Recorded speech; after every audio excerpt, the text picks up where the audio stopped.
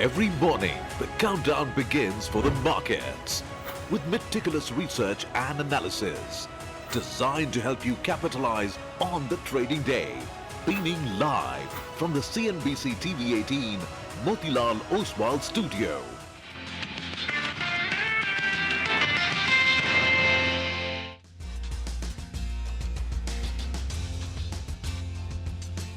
Good morning. Hello and welcome to Bazaar Morning Call. We are coming to you live from CNBC-TV18 Motilal Oswal studio. I am Reema. With me is Nigel here in the Mumbai studio, and Prashant today joins in from the Noida studio. Hi guys, good morning. I wasn't there yesterday for closing bell, and what happened, right? There was such a brutal sell-off. Benchmark indices plunged 3%. 13 lakh crore got erased from the market capitalization. That said, this morning looks a lot better. Crude prices have eased back. So I guess we can attempt a bit of a recovery today. Reema, morning. Nigel, morning. And I can tell you the weather here is nippy, it's cold, it's rainy. And I was wondering, last time I was here, it was raining as well. So, I got all summer clothes, and it's cool and chilly here in Delhi. But anyway, I'm here for a day and back in Mumbai tomorrow. But you're absolutely right, Reema. I think... disaster, right? And 700-800 points lower by the end of it yesterday. So let's just quickly take our viewers through a couple of things. Same time yesterday, we were, and we put out the trade setup. We said that maybe the uptrend is over. That is what I said, which is the high was 23,830.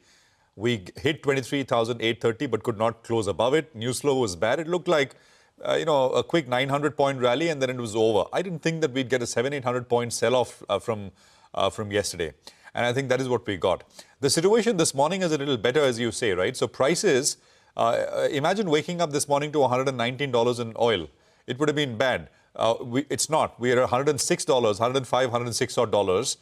And again, something we had highlighted yesterday, which is every time the market, not every time, but it's the second time now, but it is, I was just using an example from the last time oil hit 120, which is on the 9th of March, which is 2 Mondays back.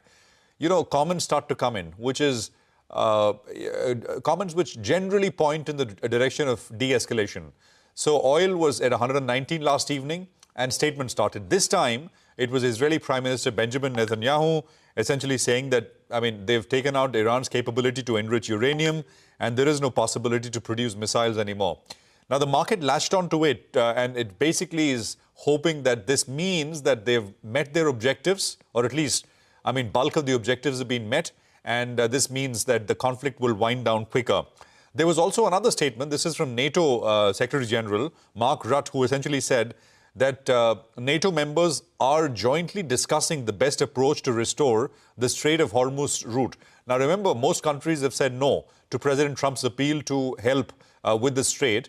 But this came in from NATO with regards to the strait, which is the chokehold as far as oil is concerned. And I think that is the reason why. The big cue for markets is the $119 to $105, $106 move that we've seen. I think this is what is behind it. Now, U.S. equities were down 1%. They saw almost a near V-shaped recovery, and we ended about a 0.25% lower. S&P, by the way, still down below the 200-day moving average. It's the lowest level since late November. Gold and silver, right? It was true yesterday morning. It's true this morning as well. In a risk-offish environment, gold and silver, precious metals do well. But that's not the case. Actually, gold prices hit 4,500 briefly intraday, and then they came back to about just under 4,700, as you can see on your screen. Silver, of course, is the other story. Now, as we track de-escalation, escalation, etc., remember, some damage has already been done. And that damage has to be assessed, estimated, and we got one estimate yesterday. Remember, we were talking about how the world's largest LNG export hub in Qatar was hit by Iranian missiles, and in retaliation to them being struck, their gas fields being struck. So Qatar Energy put out a statement yesterday, and this is what they said. Roughly 17% of Qatar's total exports basically have been knocked out. And then they said they will be compelled to declare force majeure on long-term LNG contracts for up to 5 years. So, and there's a lot more stuff in that statement there about the cost of repair, etc., the cost, the lost revenue. And they also talk about not just LNG, right, but LPG. and many other products which are going to be in short supply because of what has already happened. So as we look at de-escalation, some damage has already been done. And I think as time goes by, these things take time because information, I mean, this is one statement, but there's been many other hits as well. So I think all this will play out as we go forward. I'll just tie in and sort of close with the levels here.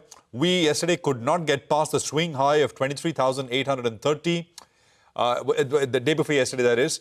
And yesterday, of course, was a complete washout.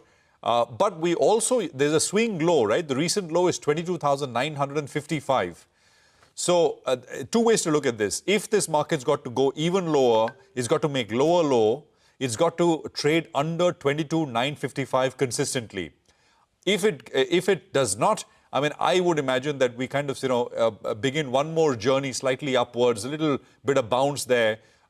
Maybe not all the way to 23,830, but generally in that particular direction. So we'll see how this one goes. GIFT Nifty will give you a quick sense of how we're likely to start, and then we'll sort of pick it up from there. 178, 180 odd points higher on the GIFT Nifty, so back around 23,200.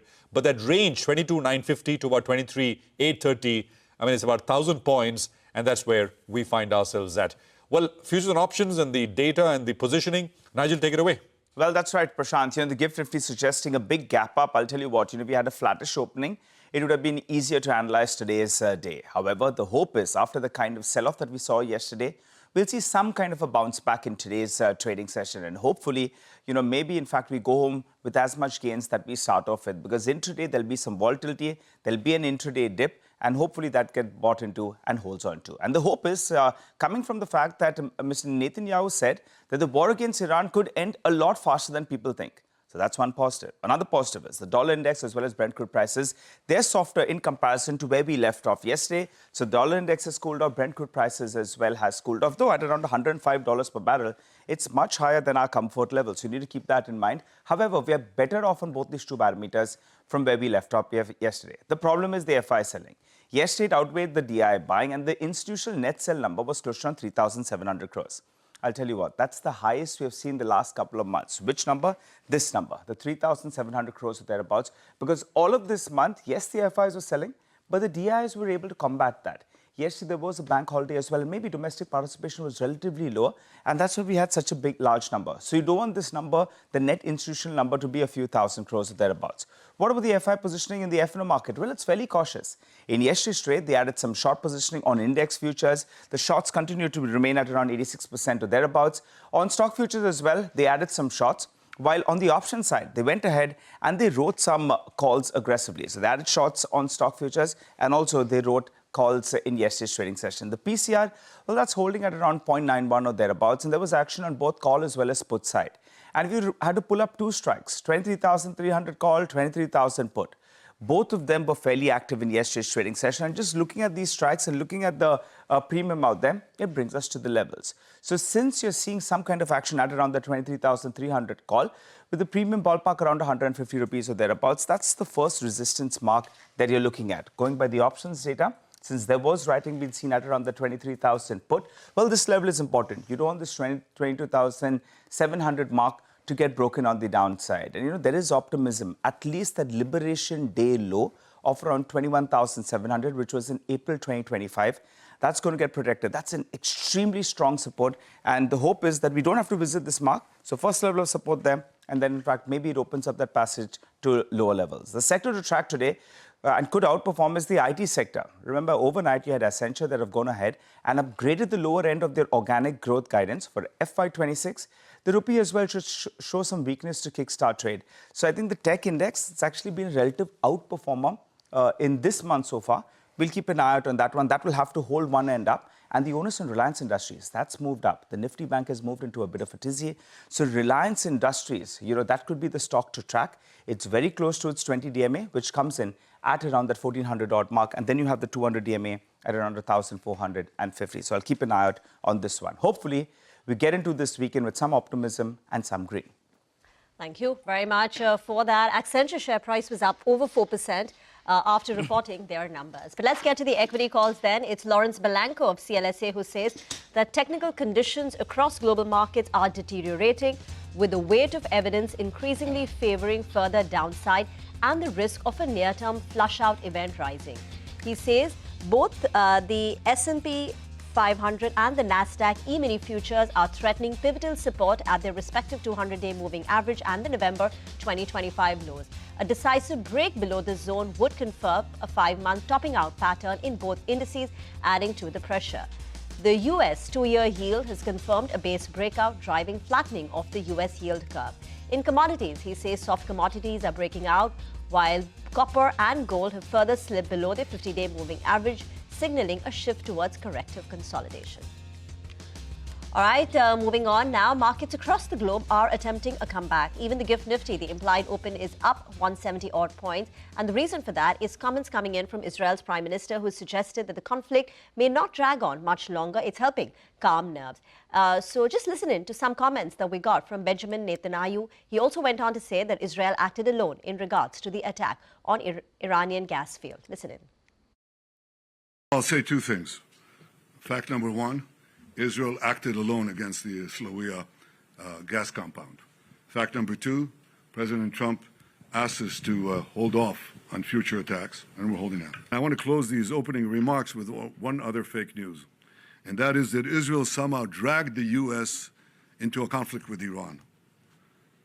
Does anyone really think that someone can tell President Trump what to do? Come on. We are acting now not only to destroy the ballistic missiles and the remaining nuclear programs, very little remains, but also to destroy the industries that enabled the production of these programs. And already now, after 20 days, I can tell you, Iran today has no ability to enrich uranium, and it has no ability to produce ballistic missiles. We are continuing to dismantle these capabilities. We will crush them completely, down to dust. I think that what has to be done is to have alternative routes.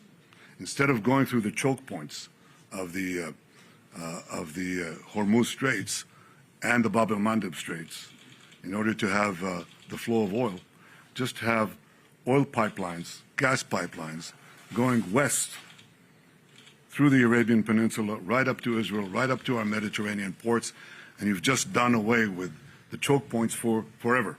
That is definitely possible. So I see that as a real change that will follow this war. But I also see this war ending a lot faster than people think. Well, Claudio Galimberti is Chief Economist and Global Director of Market Analysis at Rystad Energy. Claudio, great to have you with us here on the program. Thanks very much for joining us. Now, so 119 back to 105, 106. Is this a temporary peace in oil markets? And will the peace hold, Claudio? Thank you for inviting me. This is a $64,000 question they used to say here in the States.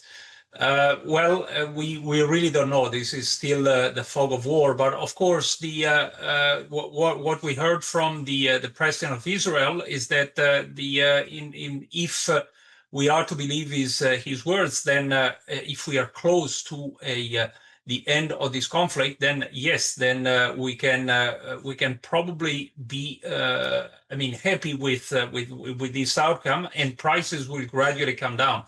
But let's bear in mind one very important thing. There are no alternatives right now to the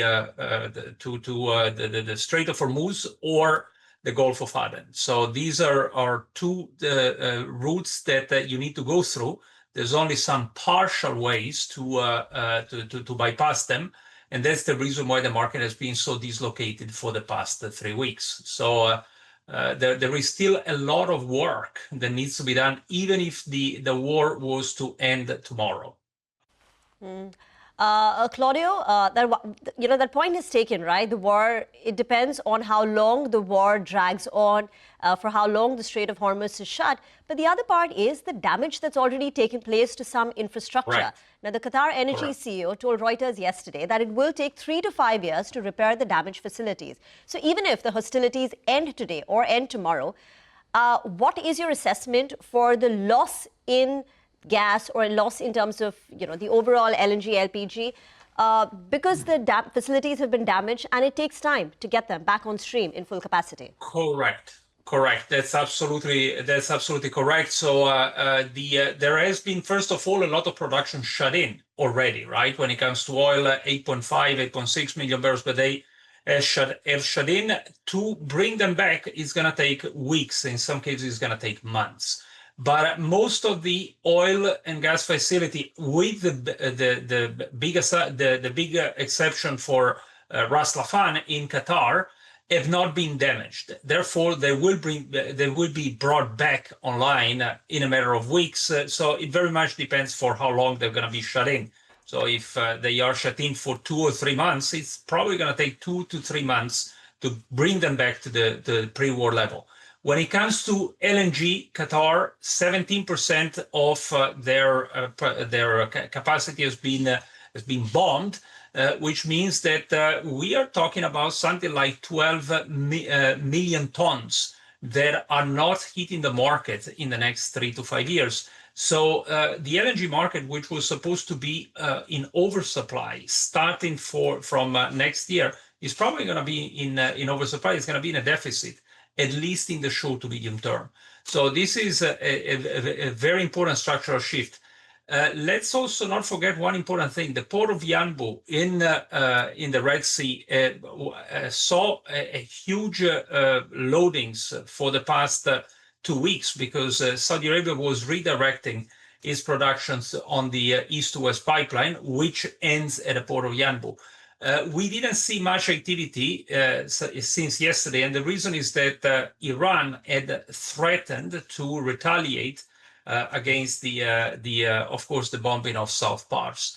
So we are still in the very early phases. If we are going to see a normalization and a dwindling down of all the military activity, that's obviously a very good news. But if that is the case, we're still in the very, very early phases.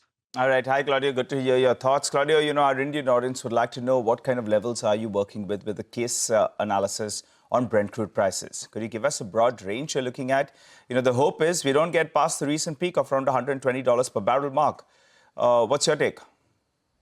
So I'm afraid that given the damage we have already seen and given the production shut-ins, we will probably see Brent hovering around 110, 120, even if the war was to end today. Mm-hmm. And that would be for the next couple of months, because logistically it's going to be very complicated to bring all the flows back to normal. So, okay. And the market is already, specifically in Asia, India is one of the cases. We have already seen a lot of production curtailments. So refining runs have been decreased dramatically, even 3 to 4 million barrels per day, starting with petrochemical. So in this situation, for the next 2 to 3 months, we're going to see high prices. After that, it very much depends on the state of the Strait of Hormuz and all the production that pretty much depends on its flows. But I would say, in order to see the same level of Brent that we saw before the war, therefore between 60 to 70, we probably need to wait until Q4. All right, got that, Claudio. So even if the war comes to an end, but the impact could last at least a few months, and we should be getting used to elevated crude oil prices. Quickly, before we let you go, a word on aluminium. Overnight that was down close to around 8%. There could be some liquidation of speculative positions. And also we had seen a big run. All of a sudden, from supply constraints, people are suddenly talking about demand destruction. What do you make of the correction we saw in base metal prices? And if you have a broad range on that one? Well, so the demand destruction is something that happened actually faster than people expected, and the reason is that we are in a case that hasn't happened for so many decades of rationing. So it's really the rationing that's happening in this case, which means that the correction on demand can actually be quite drastic and quite quick. If that is the case, then we may not be in an enormous deficit, which is caused by the 8 million barrels a day that I mentioned earlier. And that's the reason why the volatility in the market is so high, because it's very difficult right now to understand the fundamental. It's very difficult to pinpoint exactly where demand is and will be in the next 3 to 4 weeks, or let alone months, and the same with supply. The OVX, the implied volatility, is still at extremely high level. Very difficult to price right now, very difficult to assign a price. But if we are correct in our assumption, then you would expect to see this level for the next couple of months. Thank you, Claudio. Thank you very much for joining in. I think the key takeaway is that even if the war ends today, Brent crude prices perhaps will hover around $110, $120 per barrel.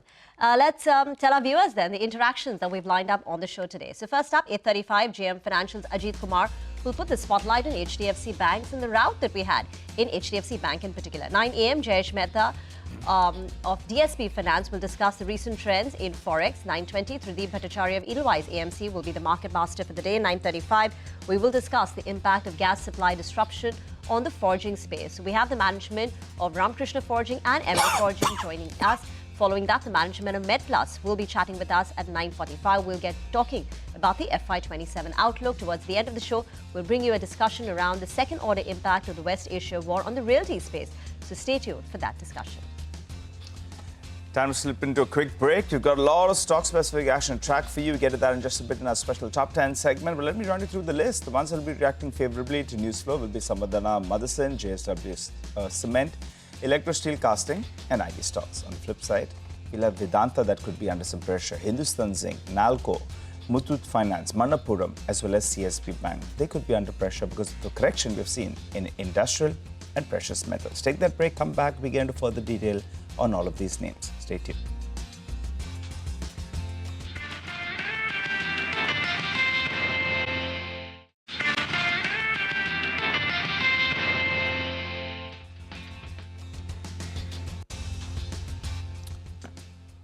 Welcome back. We got about 30 minutes to go, for a little more, to go for the pre-open session to kick off.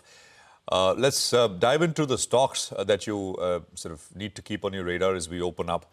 And our research team is joining in with exactly that. We're going to start with metals first. Vedanta, Hindustan Zinc, Nalco. Nigel, take it away. Well, that's right. Talking about diving into stocks, there was a bit of a nosedive overnight in terms of metal prices. Silver was down close to around 6%, hitting the lowest we've seen in the last 1 month or so. Aluminium as well was down close to around 8%. That's the sharpest drop I've seen in many, many years. The factors at play, well, stockpiles in China, that's primary aluminium, shot up about that 1.3 million ton odd mark. Now, that's the highest we've seen since 2020.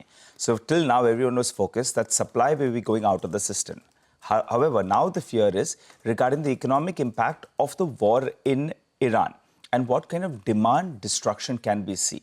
So the global demand could be impacted, and now it seems, this focus shifted from supply disruption to demand destruction. The Fed chair as well signaled fewer rate cuts. That's what led to some kind of strength in the dollar index, though it's cooled off. And also there was some speculative liquidation of positions. Some of those long positions got liquidated. So put all that together, we did see overnight that aluminium as well as silver in particular were under pressure. So those stocks that benefited when those prices moved up, they could come in for some profit taking. Hopping across to Gaurav, though, the surprising one was gold prices. Well, that one, in fact, did pull back a little bit. Gaurav, your finances would be in focus today. Run us through that. Well, yes, if you, as you said, metals are under pressure, and if you look at precious metals, they are also under pressure. If you look at yesterday's move, yesterday we saw gold declining almost by 5%. In fact, in the last 1 month, we have seen gold declining almost by 11%. And if you compare it with its all-time high level, it is down almost by 13%. Now, why this is important for gold financiers is that look at Muthoot Finance, Manappuram Finance and CSB. All of these companies have their gold portfolio more than 50% of the portfolio. In fact, Muthoot Finance has 85% of its loan book in gold loans and Manappuram has around 74%.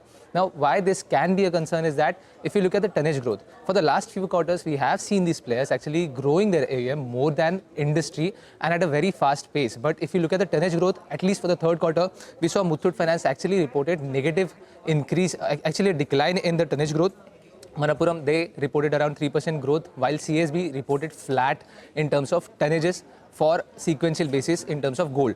And at the same time, even if you look at the LTV ratio, all of these companies are maintaining their LTV ratio anywhere around 57 to 65%.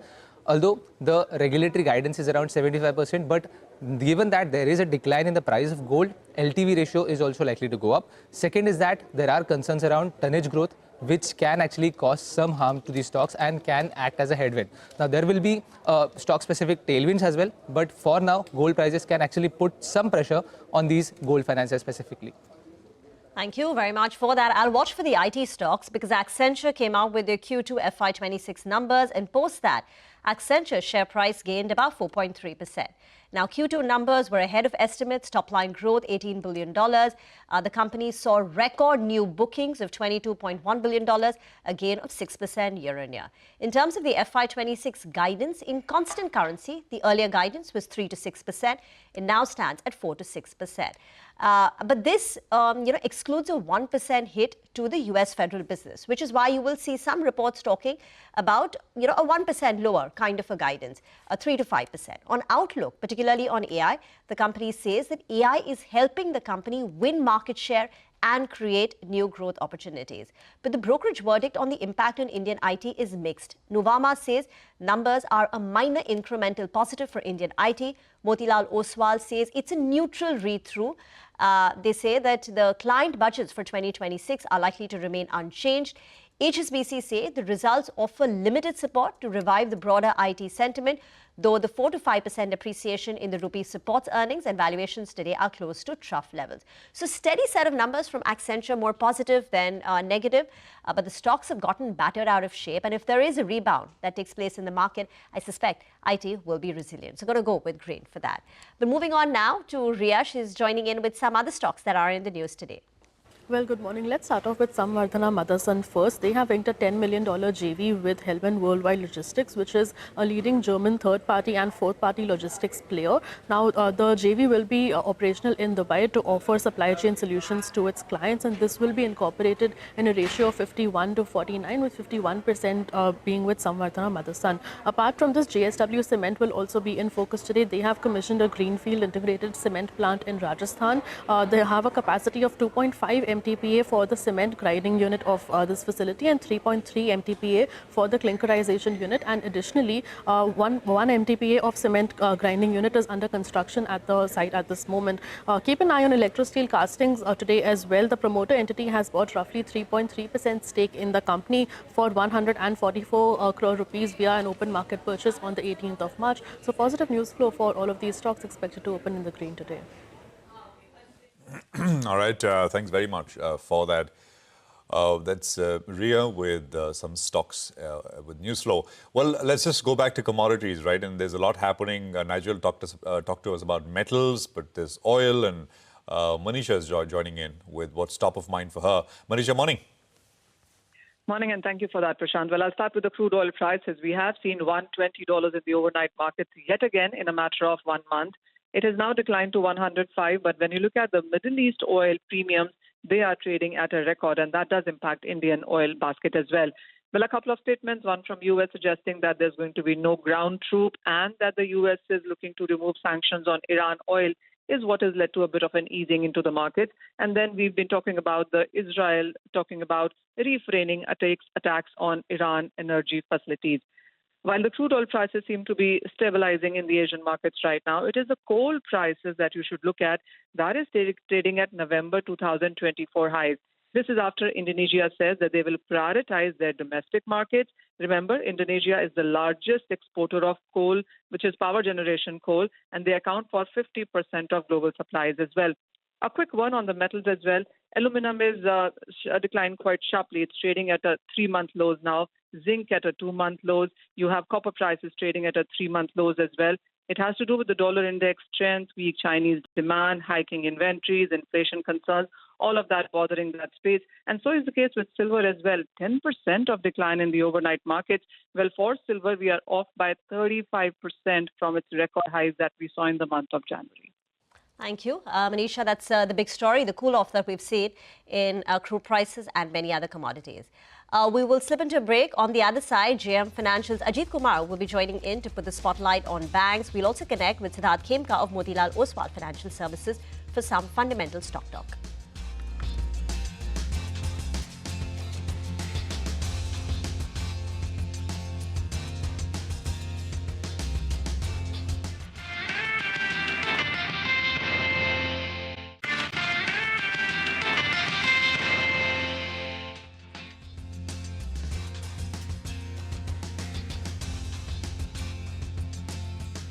Welcome back. You're tuned into Bazaar Morning Call here on CNBC-TV18. Well, it's going to be an interesting trading session and hopefully a good one at that. But let's get some analysis going. Sid Kemka of Motilal Oswal Financial Services joins us on the show. Hi, Sid. Good morning. Good to see you in. Well, the big story overnight is metals are getting a little bit nervous after the kind of run that we have seen. Case in point being, aluminium that has seen a very, very sharp run, or even silver. The ones that went up faster are coming down faster now. What's your view on these stocks? I'll tell you why I asked you this. Because even after the correction, both on silver as well as aluminium, no one on the street is factoring in more than $75 per ounce for silver, or even aluminium at more than $3,100 per ton. So what's your take? If the stocks dip, would you look to get in, or do you think things are too volatile? Good morning. I'm glad to be on the show. I think there has been a sharp rally, and because of the geopolitical concerns and the overall pressure in the market, there is some profit booking that is happening. What you said rightly is that if you look at the earnings estimates as well as the earnings, not all companies would have businesses in the spots, and as in when we progress in the quarters, I think the overall net realizations would only were to improve. So our view on the overall metal pack continues to remain positive. We believe that there is going to be a huge demand supply mismatch over the next few years, driven by the surge in the AI usage, power demand, EVs, which would require a lot of demand for base industrial metals like copper, silver, zinc, aluminium, and hence we believe that there's a multi-year structural story in them. So any correction because of the current markets, I think that would be a big positive, opportunity for investors to get into names such like you have Nalco on the domestic aluminium side, Hindalco again on the aluminium side, Hindustan Copper. The best pick, I think, would be Vedanta, which is a conglomerate of multiple commodities. You can play zinc, copper, silver, all through Vedanta, and the restructuring that the company is doing, I think that will only unlock value. The cash flows that they're generating, and we have seen heavy debt deleveraging that is happening both at the parentage level, which kind of removes the overhang on the operating company per se. I think some of these stocks which would figure out predominantly on our preferred list, Vedanta, Nalco, and some of the domestic ferrous companies like JSW Steel and Tata Steel. Siddharth, hi, morning, Rima here. There's an article in the paper that EQT Partners and ITC Infotech are eyeing Ashok Soota, who owns 44% stake in Happiest Minds. So they're eyeing a part of the promoter's stake. Now, I know we've asked the management, Mr. Ashok Soota himself in the conference call in January again emphatically clarified that he plans to stay on at the help and make sure that he sees this whole AI transformation play out at the company. But the fact is that he is 80 plus. And every now and then these rumors come up about Ashok Soota's stake being on the block. What are your thoughts? Hi, Rima. Good morning. So first of all, we don't have coverage on Happiest Minds, so we don't track it very closely. But if you look at some of these tier 2, tier 3 mid-sized IT names, the succession planning has been a key issue. A lot of PE investors have taken over of some of the companies, and I think that's something that could happen going forward. I think, as you said, if the Ashok Soota continues to be at the helm for some more time to see the transition, that will only add to the positive sentiments for the company for the near term. But I think that's overall change in ownership. That would be the long-term positive whenever the new promoter comes in, because that will give the clear visibility to the market in terms of the long-term succession.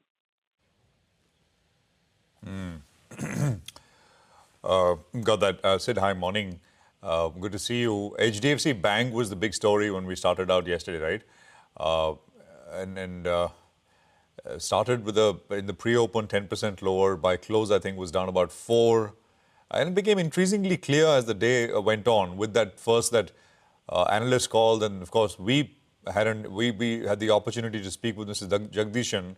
My colleague Ritu conducted that interview. We'll play out snippets of it. it kind of became clear that this was basically about disagreements, personnel, of the personnel kind. People perhaps, agreeing to disagree, and I mean, nothing to do with the core business per se. How would you rate this one now, Sid, HDFC Bank? Yeah, Prashant. I think if you look at a lot of developments yesterday from morning, when we heard about the abrupt resignation from the chairman and the issues he raised, and then I think the bank did well quickly conducting a con call.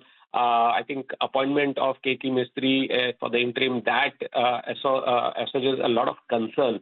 And the clarification that there is no governance, operational or regulatory issues. Even I think RBI has come back and said that the bank's governance record has been pretty good and there are no material concerns as of date. So I think that definitely gives some credence. We believe that the development that has happened yesterday, that definitely dampened investor sentiments and comes at a time when the market is already grappling with a lot of macro uncertainty. However, as I already said, Mr. Mistry's appointment as an interim chairman, the RBI's endorsement of the bank's corporate governance, that definitely gives some credence and some support in the ongoing concern. Going forward, what we believe is the improvement in the core operating performance. That will be critical to the stock's performance, and the interim leadership appointment to provide comfort. That could also lead to some comfort. At the interim, we continue to have a positive view on the stock. We have a target price of about almost 1,000 plus. So I would say that given that there is no operational or business impact as of now, and the CEO continues to be there, Jagdishan, and the core operating business is seeing improvement from the mergers, I think slowly, gradually, the stock should do well. Whole financier? Got that. Shashi Jagdishan's interview yesterday with Ritu, of course, is an important one. He clarified a fair bit of things. He said that there were some disagreements with the chairman, the ex-chairman, Atanu Chakrabarti, but the resignation came as a huge surprise. He's happy to be a candidate, he said, for the CEO roles once again as his tenure expires in October this year. Listen in. We had no such indication. My surprise is akin to what the other board members also experienced yesterday when this came as a huge surprise to all of us. So, and actually, most of all the board members did ask him to specify if at all there are any concerns. He did say that he has none to share with. So we did sort of persuade if he could sort of remove some of the contentious lines. But I guess he felt that was his calling and it's something that is innocuous. So he wanted to keep that as it is. The term is getting over only in October. And I guess probably as the chairman was mentioning this morning, the process will commence shortly. The members of the board must know that I'm happy to be a candidate for the same. May 21 and October 23, I think 2 restructurings I have done. I think it's time for another one. It ensures that the leadership team is always enriched and enhanced, and it sort of brings in a lot of energy at the management level. And this is something that obviously I shall be discussing with some of the key members of my leadership team and also the members of the board before I can announce it. Okay, and there's more, by the way. You can go online and check out the whole interview, the full interview with Mr. Jagdishan, which happened yesterday evening. Ajit Kumar is BFSI head at JM Financial Institutional Securities. He's with us. Ajit, good morning. Good to have you with us here. Thanks for joining in. Prashant this side. Having heard, and everything has kind of sort of become a little more clearer, right, over the last 24 hours from the first time the story broke. In your interaction with clients, etc., are there still worries, or that message has gone through that, as Mr. Jagdishan said, this perhaps was disagreements and with regard, I mean, as always happens, just that this happened at the top bank in the private bank in the country, or do you think the street perhaps is a little worried? Yeah. No, good morning, everyone. Thanks for having me. No, you are so absolutely right. There are a few clients, especially on the FII side, who still have some amount of discomfort with what transpired in the last 24 hours. Our senses, especially on HDFC Bank near-term price performance, may remain under pressure as investors would like to have more comfort in management and board after this episode. And even MD and CEO's tenure is up for renewal in October 26. Some bit of uncertainty over there may also put pressure on stock price performance. We have been cautious on HDFC Bank since last few months, though our concerns have been purely on the basis of fundamentals like elevated CD ratio, lower growth compared to sector, and margin pressure. But currently, on the valuation side, it is trading at an attractive valuation of 1.5 times FY28 adjusted book value per share, which is 1.25 standard deviation below historical mean. While the valuations remain attractive for HDFC Bank, and given the quality franchisee, I believe sooner or later investors will come back. But in the near term, this fiasco will basically implies that a range-bound stock price outcome in the near future. Got that. What about the entire PSU versus private sector banks?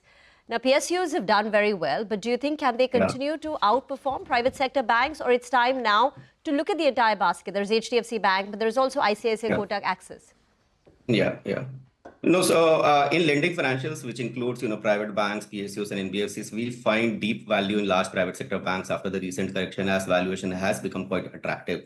Most of the large private banks are trading at 40 to 50% discount to their respective historical mean. On the positive side, your latest system credit growth in February 26 has been approximately 15% YOY, which is highest since July 24, which along with NIMs bottoming out and benign asset quality trends means earnings growth should pick up for private banks in FY27. We prefer private banks over PSU banks at this particular point of time, as we believe that PSU banks will find it hard to maintain their 1% ROA as yield goes up and non-core income tapers off. For PSU banks specifically, the positive is their liquidity situation is better due to low CD ratio and high LCR, which can help them in sustaining margin in next 1 to 2 quarters. But after that, it is going to be very difficult. Their non-core income, which includes your treasury income, recoveries, etc., form 35 to 40% of their PBT, or 35 to 40 basis point of average asset on aggregate basis. So as this non-core income streams taper off, it will be very difficult to be aggressive in terms of pricing and gaining market share. So this market share gain which has been done by PSUs over private, maybe it can continue for 1 or 2 quarters more. But my sense is after 2 quarters down the line, this will stabilize. So they will find it difficult to maintain 1% ROA while giving high teen loan growth both in FY27. That is our assessment of the situation, and that's why we believe that large private sector banks are the one where deep value is there over PSU banks, and NBFCs comes at the last. What's your pecking order in the large private sector banks? So we continue to like ICICI Bank. ICICI Bank continues to be our top pick in the entire sector, including private PSUs and NBFCs. From all the angles, the earnings risk to ICICI Bank is quite lower. There is no leadership issues as such because the MD and CEO has got the renewal just recently. And even the third-party product guideline, which came out, from the RBI, few months back, in that guideline as well, ICICI Bank is relatively less impacted because they have lower dependence on, this fee income which is coming from the third party. So from all the angle, ICICI Bank looks, much better shape, and even the valuations are quite attractive. That's your top bet. But just closing this conversation from where we started, HDFC Bank. You said there are a few clients on FI side who have some concerns on HDFC Bank. Can you elaborate a little bit more on them? At what point will those FIIs who have concerns turn constructive on HDFC Bank? Yeah. So even before to what transpired in last 24 hours, HDFC Bank, if you see, there has been a little bit of struggle in terms of the performance in the last couple of years because of this merger. After the merger, your CD ratio went up to 98, 99%, which basically meant that you either have to sacrifice on the loan growth side or you will have to sacrifice on the margin side. So in terms of number, there were a little bit of worries, and that is why you would have seen, HDFC Bank, underperforming massively in last, let's say, couple of years. So anyway, FIIs were kind of little bit, not happy with the, numbers. And what transpired in the last 24 hours is completely unfortunate. Ideally speaking, this should not have happened. I think most of the concerns are what happened behind the doors, which we are not privy to. What prompted Mr. Atanu Chakravarti to resign? What are the concerns that he was having? So those are the things which the clients wants to know. Those are the things on which they want more clarity. Okay. All right. Thanks a lot, Ajit, for joining in and giving us your view on the sector. Wishing you a good day ahead, and we look forward to chatting up with you rather soon. So as you said, at current reckoning, post the recent correction, prefers private in comparison to the PSU banks. So the PSU banks have outperformed. For them to, maintain that 1% ROA will be a little bit challenging.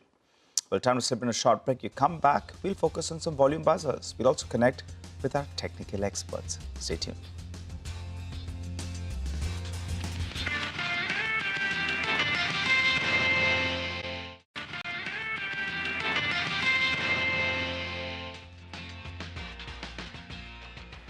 Welcome back. Yesterday was a slam dunk day, but today hope is that we see some kind of a bounce back. But let's focus on yesterday's trade first. There were some big volume buzzers in trade. Some of them saw delivery as well.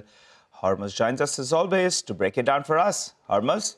Good morning, Nigel. And of course, can't not talk about HDFC Bank as the stock in the spotlight all through yesterday. And of course, the most traded stock on the market yesterday by a distance, the biggest single day drop since June of 2024. The volumes were the highest since November of that year itself. And over 17 crore shares were traded yesterday. 3.4 crore is the average volume. And despite these high volumes, 58% of those shares were marked for delivery. And almost 10 crore shares were there for delivery compared to a 20-day average of just around 2 crore shares. And the trading volumes yesterday were close to around 14,000 crore rupees, and that is almost 6x of the second most traded stock on the Nifty 500 yesterday, which was Adani Total Gas. And despite so much of heightened activity, the HDFC Bank was not the biggest loser on the Nifty. It was Shriram Finance, and Shriram Finance also saw its biggest single day fall since June of 2024. The volumes on Thursday were triple that of Wednesday. Almost 1.2 crore shares were traded yesterday, the 20-day average of around 62 lakh shares, and there has been a pickup in trading activity in Shriram Finance in the month of March. The average volumes in March have been close to 85 lakh shares. Compare that to February, where it was only 50 lakh shares, and in January, where it was only 60 lakh shares. So there has been an increase in trading activity in Shriram Finance. The volumes yesterday were the third highest in the month of March. 60% of those shares were marked for delivery, which is around 70 lakh shares compared to a 20-day average of around 34 lakh shares. And the stock, after making a peak after this MUFG deal, is now down around 15% from those levels. And the other one that continued to be in the spotlight yesterday was HPCL. The stock also saw its biggest single day fall since October of 2024, has declined almost 15% this week so far. The volumes on Thursday were the highest since May of last year. 2.5 crore shares were traded yesterday, the 20-day average of close to 80 lakh shares, and more than 1 crore shares were marked for delivery only the second time in this year, and more than 1.1 crore shares were marked for delivery, 20-day average of around 40 lakh shares. And the stock in the month of March itself is down around 26%, has slumped to a 52-week low. Okay, thank you very much. For that, we will slip into a very short break. We'll come back and get the pre-opening rates. We'll also be joined by Jayesh Mehta of DSP Finance to discuss the recent trends in Forex.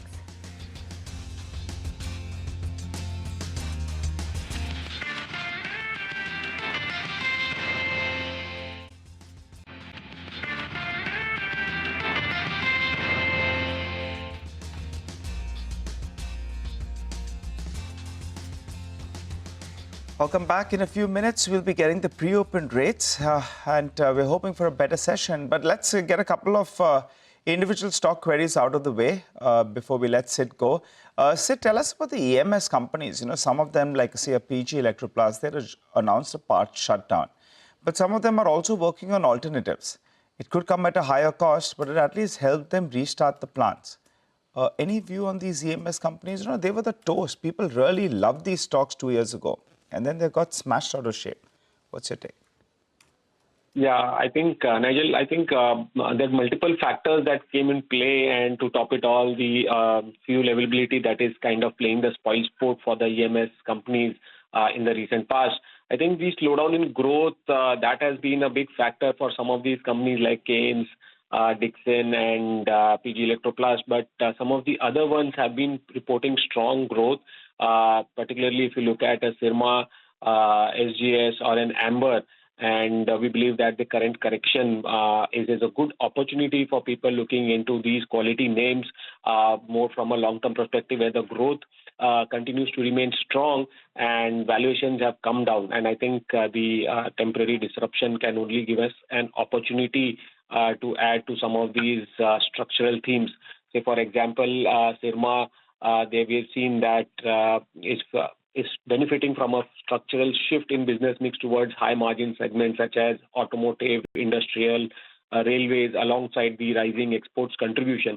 The company has been focusing on the higher complex manufacturing, which is improving its margins as well as overall growth. So looking at the strong order book, higher export mix, plus entry into the PCB manufacturing, we are expecting a revenue CAGR of almost 30%, net profit CAGR of almost 45%, and even at current valuations, if you look at it's trading at about roughly 30 times on FY27 basis for an earnings growth of about 45% plus. We believe that's a good stock to look at in the current market with a target price of 1,000 that we have from a one-year perspective on Sirma. Okay, thank you very much for that, for joining in. Let's talk about the market technicals. It's been such a volatile week for the market. So Monday to Wednesday, we had a very sharp rebound of more than 600 points. Okay, before that, by the way, the rupee has opened at a new record low of 92.89 against the dollar. Remember, yesterday, the currency markets were shut on account of Gudi Padwa. So we're comparing it to Wednesday's closing level. And the rupee has opened out weaker this morning, down 29 paise, and it's a fresh record low. And very quickly, we're inching towards the 93 mark. 92.92 against the dollar rupee rate. That is the opening rate, and it is a fresh record. Let's see whether the RBI comes in and tries to protect the level or just eases out some sort of the volatility. In moments from now, we will also chat with Jayesh Mehta. He is a prominent voice on everything to do with currency, macros, RBI interventions. So we'll try and understand with him what the way forward for the rupee is and what's happening in the dealing rooms. But for now, let's talk about the market technicals. As I was saying, it's been a volatile week. So Monday to Wednesday, markets were rallying. They rebounded nearly 626 points. And all that got undone yesterday when the markets declined 775 points. This morning, we've got the pre-open rate, and that is a measured positive start. So up nearly 50, 60, 70 points settling in. So a little bit of a positive buy. Shrikant Chauhan of Kotak Securities, Sudeep Shah of SBI Securities are now joining in on the show. Thank you very much for joining in. Shrikant, starting with you. Yesterday, the Nifty made a new low of 22,930. Are you getting a sense there is a double bottom in place and therefore the bias is positive if that level holds? Good morning, Rima. Good morning, everyone. So for Nifty, our view is that it is going to remain under pressure. The way there was sell-off in yesterday's trading session, it is very clear that we can expect further more weakness. And yesterday's, yes, because of the expiry, we saw some recovery towards the end. But this is not the final bottom that we are expecting. In fact, further more weakness in the near term. And on the higher side, in case if there is any pullback, then close to 23,300, 23,400 sort of levels, we are expecting one more round of maybe liquidation of long positions. So broadly, we are of the view that market is going to remain in a broader range of 23,500 and in the worst case scenario, 22,500 on the downside. The major support for the Nifty is between the range of 22,700 and 22,500. So in case if we see the market is dropping to those levels, there certainly we should look for taking some long bets. But at these levels, we need to be careful. And in fact, we should look for reducing some long positions. Okay, all right. Sounding a little bit cautious, Shrikant. Got that. Sudeep, let's get your view into it. The optimist will say that hopefully the comments coming in from Israel as well as the United States overnight will be heartening to some extent, and hopefully there is some de-escalation. That's the hope. But we've been riding on that hope for a couple of weeks. Yesterday was a brutal trading session. What are the chances we defend the recent lows, and would you look to play a pullback? Good morning, Nigel. Nigel, I feel it will be too early to call this as a stable pullback or expecting a pullback right now, because these war situations, as well as the way comments have been coming from Israel and US, they are not.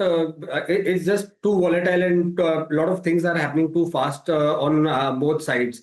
So rather than relying on just the comments, I guess the next 2-3 days, how the actual scenario pans out is very important. And going into the weekend, that would be more important, because whatever has happened in the last 2-3 months has intensified on the weekends, causing a gap down opening or extreme gap opening on Mondays.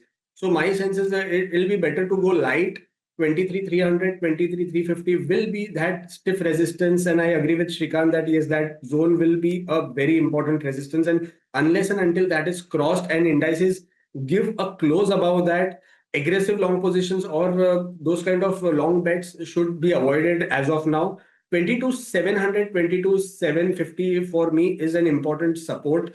And indices, I feel for the day could be choppy, could be volatile, and could trade between this 22,750, 22,800 and 23,250 mark.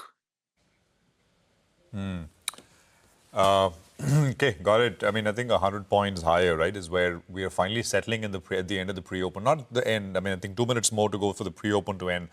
But Shrikant, let's get your stocks out of the way. What would you want to trade? Good morning, Prashant. I think, see, the way FIs are selling into the market, bank stocks are going to remain under pressure. That's the view. And Bank Nifty is also quoting at its crucial support level of 53,500, 600, above which the Bank Nifty has spent almost 8-9 months. So below this, we can expect some more weakness in those banks where there is like established weakness, like IndusInd Bank, IDFC First. There we are expecting further more weakness. So from here, IDFC First Bank can fall to the levels of maybe 60 or 57 in the near term. For IndusInd Bank, there also we have view that the stock can fall to the levels of 770, 775 in the near term. And the way now there are like some statements and the way crude has fallen from its high, we can expect some pullback in auto companies. In that, TVS Motor looks good. There we are expecting further more activity, and the stock can move towards the levels of 3800, 3850 in the near term. So Mahindra & Mahindra as well as TVS Motor should be on the watch list if there is any pullback in the market. Sudeep, what about you? What are your stocks? Good morning, Prashant. Prashant, the one buy and one sell. So the stock which is in buy is TD Power System, a power sector stock. So here what we are seeing is the short to medium term trend is quite positive on the weekly charts. Also, it is showing a decent bottom formation opposed that correction from higher levels. So what we feel is here the stock can be bought with a stop loss of 815 for a target of 865, 875. There's a one sell here, which is Godrej Properties. So we've seen real estate stocks getting hit, and the severe selling pressure has been witnessed in the last few weeks. So yesterday the stock has broken its important support zone, and around 1565 where the pre-open is showing at 1565 as well as highs closer to 1580, this can be sold. The stop loss would be 1600. The targets on the downside would be 1520 and 1500. Thanks very much, Sudeep and Shrikant, for that. Appreciate it. Well, I think the other big market, of course, which was shut yesterday here onshore was the rupee. And this morning, of course, the dollar rupee is starting closer to 93. Jayesh Mehta is Vice Chairman and CEO at DSP Finance, someone who spent a lifetime in treasury markets and tracking bonds and the entire Forex ecosystem. Jayesh bhai, good morning. Good to have you with us here. So, there are two things, right? One is just the dollar demand from the BOP situation, and the add to it your pet peeve, which is for some time been this large FII selling, which has kind of come through. The RBI intervening and kind of sort of, which means that the depreciation is happening, but it's happening very, very slowly. So, very little dollar coming in from exporters, etc. in such a situation, right? Because inevitably, maybe the thinking is this goes higher. What's your sense, Jayesh bhai, to start this off? No, very true. that exporters, as you said, like they are very, very, very, not at all keen to sell any of that. So they're typically trying to sell it in the spot. So that's only when they need to actually convert. Otherwise, they are not really keen seller. And that's even before this whole thing happened and the oil crude went up beyond 100, right? We had dollar depreciation continuously happening because of the flows out. And this itself is also creating more pressure. And now, if you look at, okay, we may have top line $700 billion reserves and all that, but your liquid reserves is maybe 450, 400, 500, whatever that number is, plus your forward, less your forwards. So to that extent, you can't really go aggressive because you never know, right? Like yesterday, we saw crude going up dramatically. If this thing escalate, you need to have that buffer, particularly in this kind of thing. So RBI will intervene, but I don't think RBI will intervene in big way. I think they will do kind of daily limit intervention. So maybe some amount they will do every day, but not majorly that, earlier they could manage a rate. So if it's by the flow, if it is depreciating, it will let it depreciate. In fact, I'm actually positively surprised that we didn't cross 93 today morning, which is actually a good sign. But again, it's all temporary, right? Because we don't know what happens over the weekend, and we are sensitive to crude. And of course, nobody is pricing gas into this situation at this juncture. Yeah. Jajbhai, if I can, and that's helpful starting comments, if I can request you to just wait for 3-4 minutes. We have the Tata Power management joining us, Jajbhai, on the phone line. So we'll just come to you at 9:15, right after market start, which is for 3-4 minutes out. Gujarat government has approved the signing of the power purchase agreement with Tata Power for the Mundra coal power plant. We have Mr. Praveer Sinha, MD and CEO at Tata Power, joining us on the phone line. Mr. Sinha, thank you for taking the call. Thank you for joining us. Prashant this side. Sir, just tell us the contours of this deal. I think markets have been waiting for it for some time. How long? What's the pricing? Tell us. So good morning, and you're right that we had been in discussion with the Gujarat government for quite some time to finalize the SPPA, and now it has been done thanks to the effort of Gujarat government and GUVNL, and now the approval has come, and based on the SPPA, which is agreed with Gujarat government, we'll be taking with the other 4 procurers, namely Maharashtra, Rajasthan, Punjab, and Haryana, and hopefully in next few weeks we should be able to close this. So that's the plan right now, and we do expect that this will help us to operate the plant at full capacity. Okay, all right. Hi, Mr. Sinha, good morning and good to see you. Before we get further details on this, what was the loss that you recorded because this particular plant couldn't operate at full capacity? 9 months, if you have a number. Yes. Yeah, so last 9 months we have not been able to operate, and we are still working out the details, which is there, and we'll be able to share with you possibly in few days. Ballpark was around 1,000 crores of loss for the first 9 months? Yes, somewhere around that, but now once the plant starts operating, then it'll reverse. We'll be able to recover. Yeah. Got it. Could you tell us what is the rate of the PPA? Is it better, than section level terms? If you could help us out with the rate of the PPA. It is more or less similar. So the arrangement is that this PPA will have a cost pass-through for coal, which was the biggest concern for us. And that is being taken care in the PPA because coal cost is something which is not under our control, and so that is being taken care. And then some of the other commercial issues have been agreed, and those details are we'll be sharing once the based on the government order the SPPA is signed. All right, Mr. Sinha, I was coming to the Indonesian coal issue, right? Because that's where all of this started.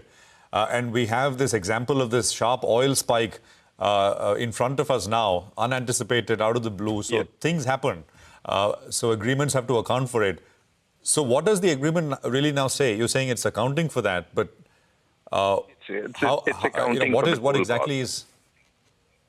Yeah. So it's complete pass-through. I mean, or there is no, or there is a limit? No, there is a complete pass-through. There is no limit. There is no capping that has been done on the coal prices, and similar terms that has been agreed with Adani and the other imported coal-based plants in Gujarat, that is the SR. On similar terms, we are finalizing this. You think this will be the blueprint for your PPAs with other states as well? This will be exactly similar with other states. We have been in discussion, and there is a general, in principle, agreement that whatever is agreed with Gujarat will become the template with all other states. Okay, all right. We'll sort of invite you on for a longer conversation, but thank you very much. Gives us a good sense of this PPA right now with the government of Gujarat. Well, I think, thank you once again. 2% higher, by the way, 2.5% higher on Tata Power. So the market, of course, likes what it is seeing and what it is hearing, more importantly, from Pravir Sinha this morning. The markets have opened, by the way. We're up about 0.9% higher. The Nifty Bank is up 1%. And the mid-cap index and the small-cap indices will also come up on your screen. Small-cap index is up about 3/4. And the mid-cap index is up about 1.25%. So actually, it's a pretty good start, all told. 200 points after yesterday's 750-odd point smashdown that we had. 1,850 stocks are higher, 340 stocks are lower. And this is the sort of market breadth right at the word go, right out of the gates. We have 4 stocks, 3 stocks lower, everything else in the green. And is it the Accenture guidance which is playing up with some of these IT names, or just some sort of buying at lower levels? We'll get to stocks in just a bit, but you got some IT names on the upside. Easy to count what is down. HDFC Bank, interestingly, still lower, not by much though. ONGC and Hindalco are the others. So 250, that's about 1.1% higher on the index to begin this session. Rima. Well, it is IT right on top, apart from the fact that Accenture's numbers were fairly steady, and the company said that the AI is a net new opportunity for the company, helping them gain market share. The rupee is also weakened, and that helps, and valuations for the Indian IT company are lower than the long-term average multiples, which is why you are seeing support coming through for IT. Tech Mahindra, 2.5% up today, top gainer, followed by Infosys, 2% higher, HCL Tech, 1.9%. Wipro, TCS also in the green with gains of 1.5%. So IT is super strong this morning. Then you've got Tata Steel surging 2.5%. SBI is seeing buying, that's up 2.5%. Reliance Industries has been providing some sort of a support today. Reliance Industries has gained nearly 2%. So far this morning. Eternal has been the big winner this week. Eternal share price is up 1.7% for the day, and for the week it's up 8%. So Eternal seeing a lot of buying. Other than that, auto names too are higher in trade. You've got M&M gaining 1% for the day, and for the week it's rebounded nearly 5% after the bludgeoning that it got last week. As you rightly pointed out, on the way down, only 3 Nifty stocks. HDFC Bank continues to get hit. That's lower by 1%. Hindalco, HDFC Life, very flattish, but just a red bias. Well, that's right. Crude oil prices have cooled off from where we left off yesterday. When we wound up the show on closing bell, it was closer to around $119 per barrel. Now, that's cooled off. When you're seeing such a sharp cool off in terms of crude oil prices, it's good for the markets, but it's particularly good for some of those OMCs that have got absolutely slammed. HPCL, BPCL and IOC, they are some of the top gainers, and they're moving on rather good volumes. The cooling off on crude oil prices is definitely helping them. Keep an eye out on some of these refining stocks as well, MRPL as well as CPCL. Both of them have opened up, and they're moving on rather good volumes as well. So I think we should get some of those stocks up for you on the screen. Silver prices, they did correct overnight.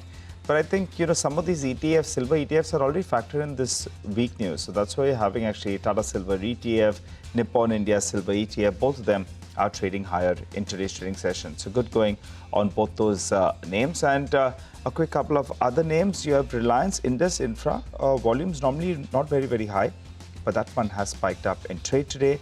And Happiest Minds, as Rima said, that there is some speculation that a deal could be done with a change of promoters. Let's see whether or not that happens. But for the time being, that stock is well, up and about in trade today. Just one quick word with regard to Reliance Industries. The stock is now trading above its 20 DMA. Its 200 DMA is at around 1,450. For the time being, above the 20 DMA, and that big boy is holding one end up. and given good support by the tech index that we had pointed out earlier today as well. Prashant. Okay, well, it's 10:1 in favor of advances, right? So 2,200 stocks are higher and about 220 stocks are lower. So it's clean 10:1. And lots of stuff happening. 23,300 is back on the table, and it's a 300-point pop, which is basically come through. So actually, we are going to look at the rupee and markets together in terms of the discussion now. So Jayesh Mehta, of course, has been waiting by, Vice Chairman and CEO, DSP Finance. We got a quick word in from him earlier. Trideep Bhattacharya is CIO Equities at Edelweiss AMC, who's with us as well. Trideep, good morning and welcome to the program here, as always. I just want to sort of complete that point with Jayesh Bhai. Jayesh Bhai, as I think there was a Goldman note yesterday saying that maybe we head to 95 on the dollar-rupee pair. It's important from an equities point of view as well, right? I mean, if there is this continued depreciation, it prevents people from coming in, from deploying. Just your thoughts. So we have self-inflicted goals, right? So of course, one is unknown, Middle East, nobody knows. So that of course will play out the way it will play out, right?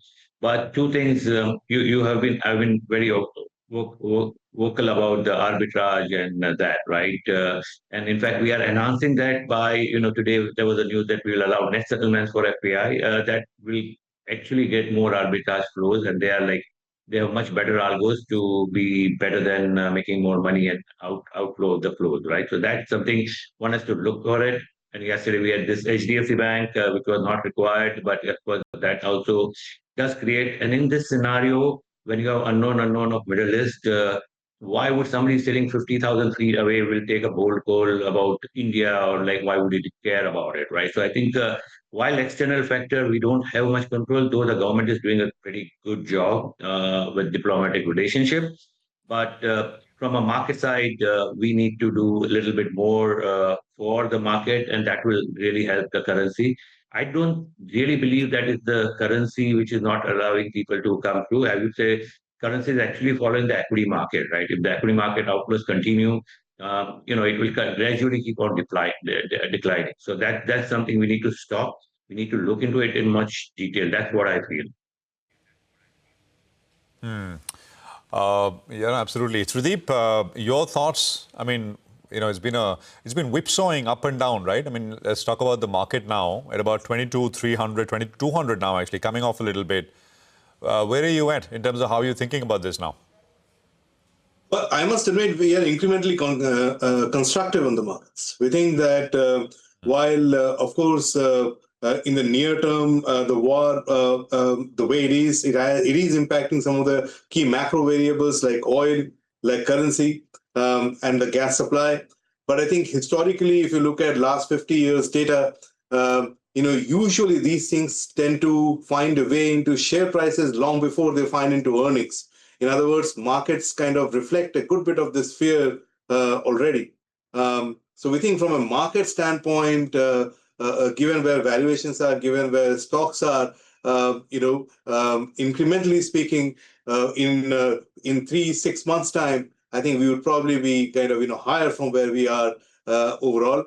The risk that I would say is in case the war goes nuclear, or if oil stays beyond $100 for 3 to 4 months in a row, then we'll have to take a fresh call. But barring most other circumstances, I think incrementally, this will probably cause a bit of a pause in the earnings upgrade story of India, but not reverse it. Problem is that earnings upgrade story was just starting, right, Trideep, as this started to hit in that sense. Just one last question, Jayesh Bhai, to you, right? There was a fair bit of chatter on that the RBI's forward book, which is now ballooned to $100 billion. That's the other thing, right? Everyone, if that number is well tracked, it's got to be, they got to buy the dollars at some point. So that is the other demand which will come. Just very briefly, is that a point to worry?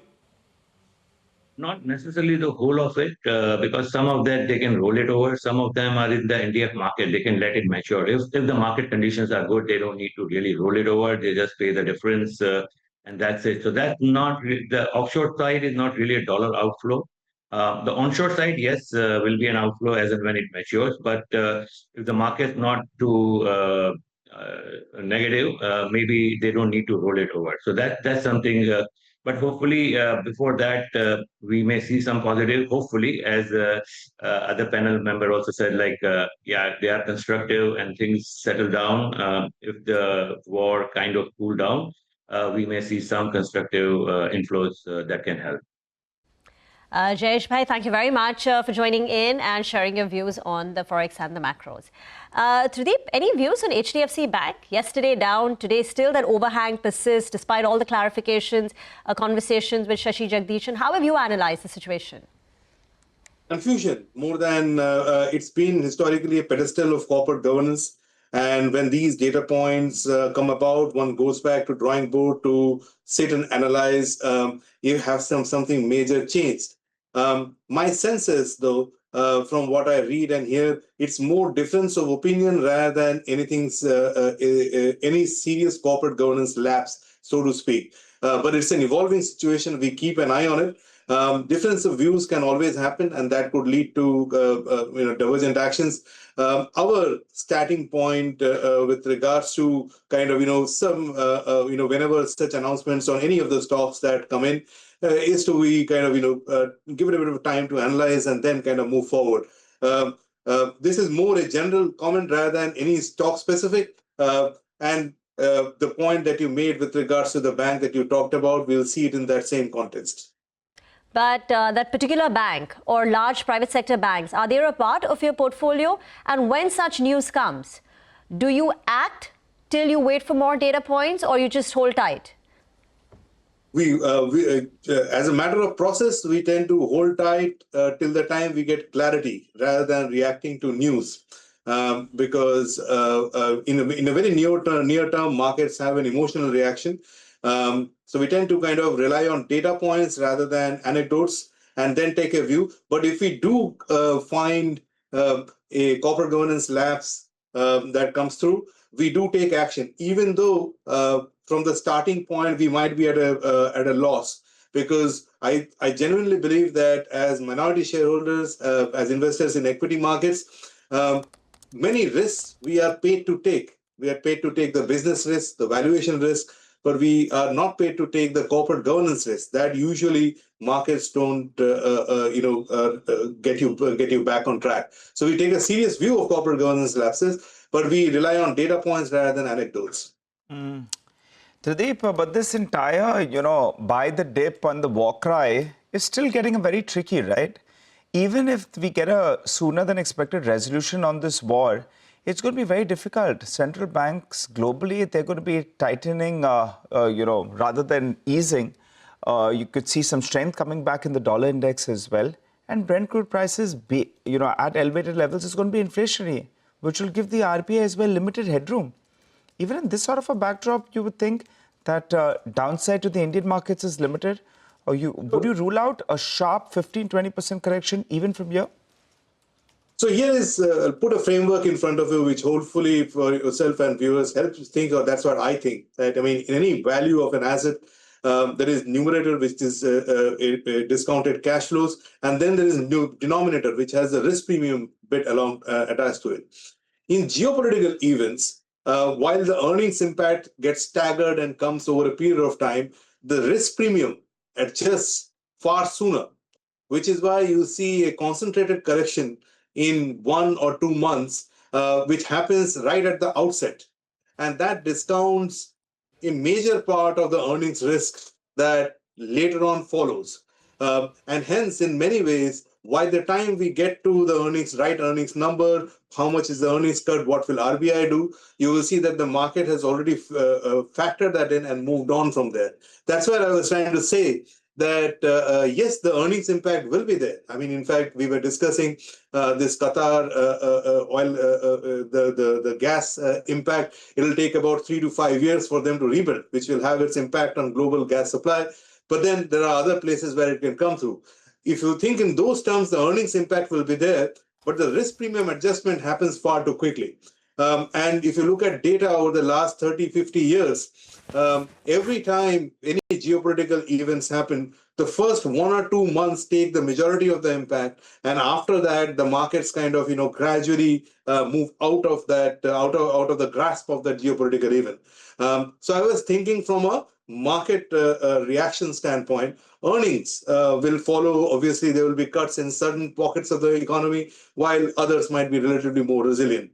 But net, if you look at India's earnings story, over the compared to last 2 years, we were at the beginning of an earnings upgrade story. September quarter, December quarter saw 2 rounds of earnings upgrades. My sense is that it will cause a bit of a pause, depending on how long this war situation lies. But it will not reverse the earnings upgrade story in India. And hence, if one kind of looks at it in a more staggered manner, one will still be, hopefully in 3 to 5 years' time, land up on the right side of the returns. No, yeah, absolutely. By the way, Trudip, do you have a view on the HDFC Bank situation without commenting on what you'd would do with the stock itself? Yeah, so I mean, we can't get specifics, but as I said, we take a fairly serious view on corporate governance lapses if we find out based on data that there has been one. I think generally the market emotes in and around the event, which we want to stay away from. And I was saying that, again, specifically, I can't comment on it. Our starting position in some of the large private sector banks is in general underweight. We are relatively more positive on the mid-cap private sector banks in the course of our portfolios. But if we do find a corporate governance lapse over a period of time, we will take action. As of now, we haven't taken action specific to some of these cases. All right. Trudip, a quick word with regard to the metal companies. The entire focus in the last few months has been supply disruption.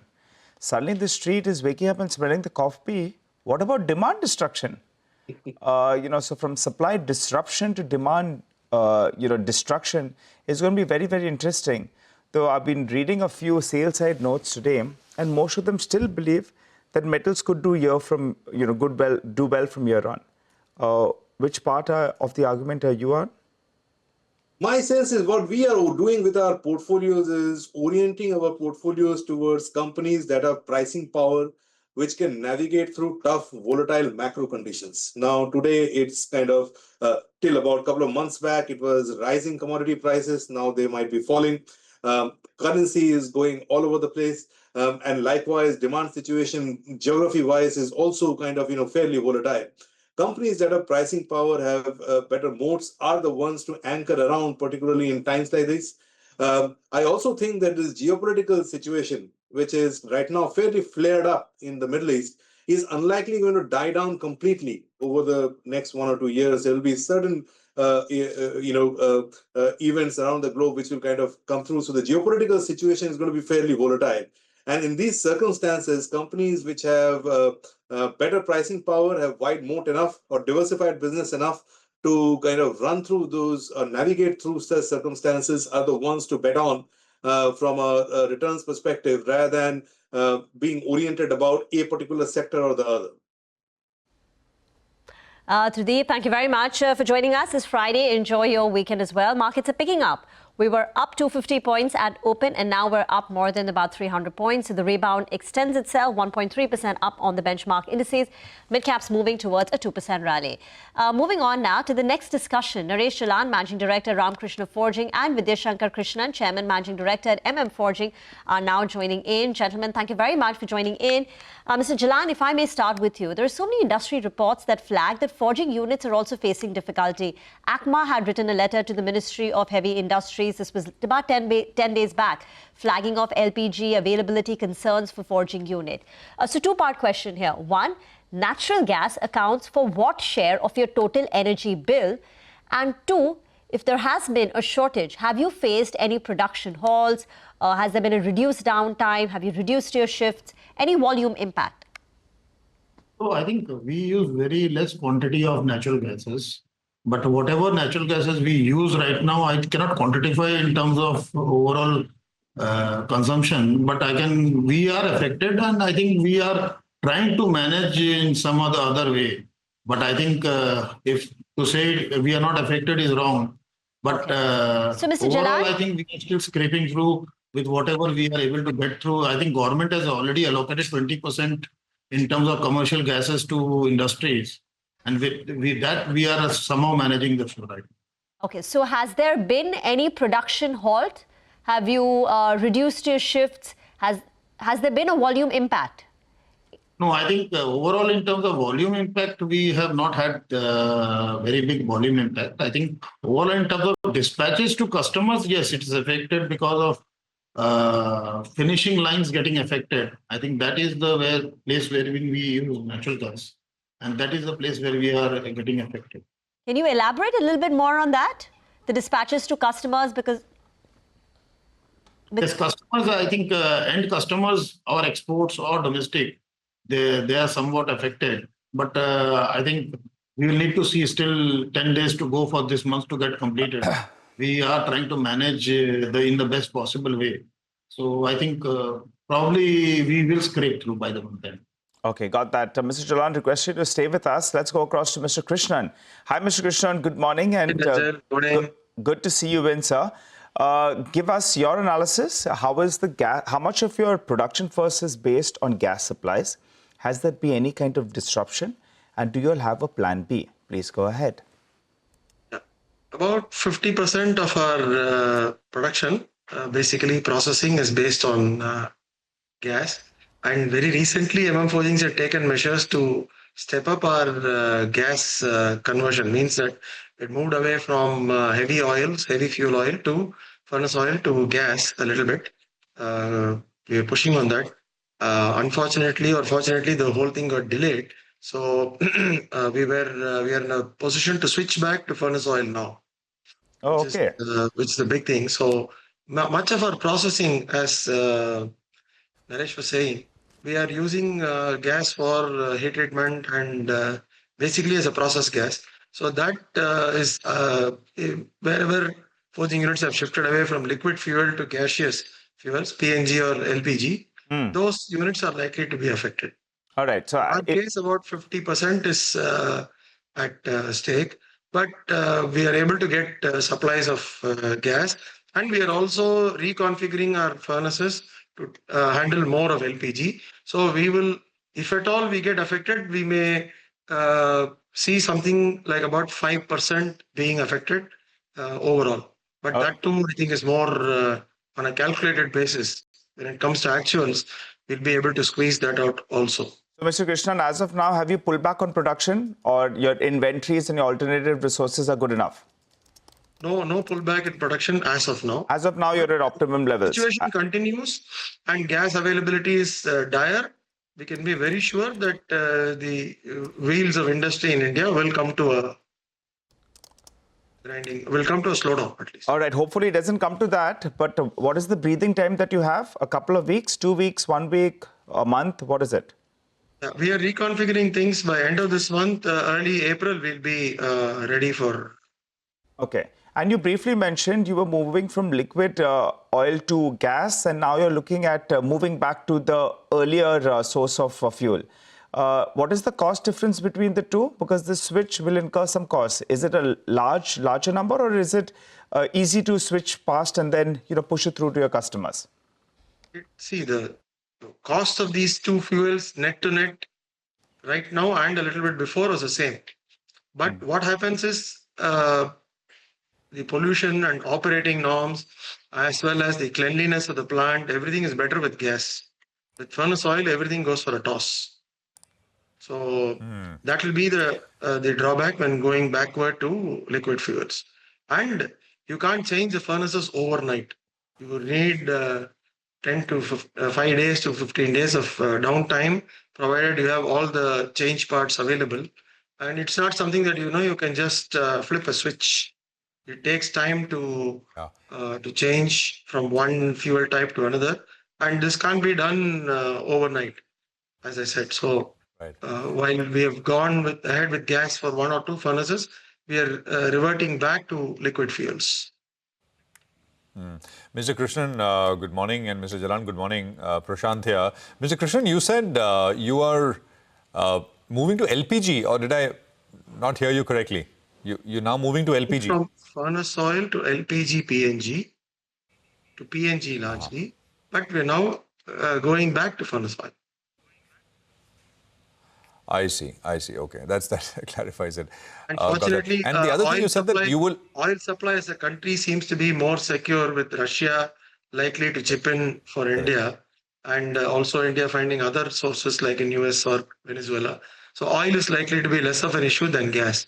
Gas is more coming in from the Middle East, and the Straits of Hormuz are likely to affect our gas supplies. Yeah. Now, Mr. Krishnan, and that what you said by that breathing space question, you said you'd be able to tell us by 1st of April, or, I mean, you think another 10 days is essentially where, I mean, if this continues like this for another 10 days, then, as you described it, the wheels of the industry perhaps slow down. So that timeline is next 10 days? We will be able to change over to liquid fuels in the next 10 to 15 days. Now, there may not be, others may not be so lucky, and their furnaces may be hardwired, processes may be hardwired to gas. For example, many critical processes like paint booths, paint shops in most OEs are all run on some kind of gas or the other. So while they can try to switch over from one gas to another, gas availability could be a major risk to industry as a whole. Because one thing is that gas is also a domestic fuel. And when it comes to a toss-up between industry or domestic, from a national point of view, I think you know which wins. Yeah. Now, Mr. Jalan, if I can come to you, is same question to you. I mean, your business or your as from your vantage point, how, because it's not just what it's as they say, right? I mean, it's the weakest link which kind of breaks the chain. As Mr. Krishnan said, everyone may not be able to make the switch. So it's kind of interdependency, second-order effects, etc. Is that showing up already, or will that show up if the situation persists like this? Prashant, I think we are not looking for any knee-jerk reaction right now. I think we believe that overall the entire globe is going to get affected if this war continues. And switching over to furnace oil or switching over to alternate fuel, liquid fuel, I think is not an option for us. And I think we would like to stick to it, because I think with the pollution norms and other things also side by side running, I think it is very difficult to switch on and switch off on a regular basis. So we would like to continue with gas. And I think more than us, our OEMs, I think if the gas really becomes an issue and industries start closing down, I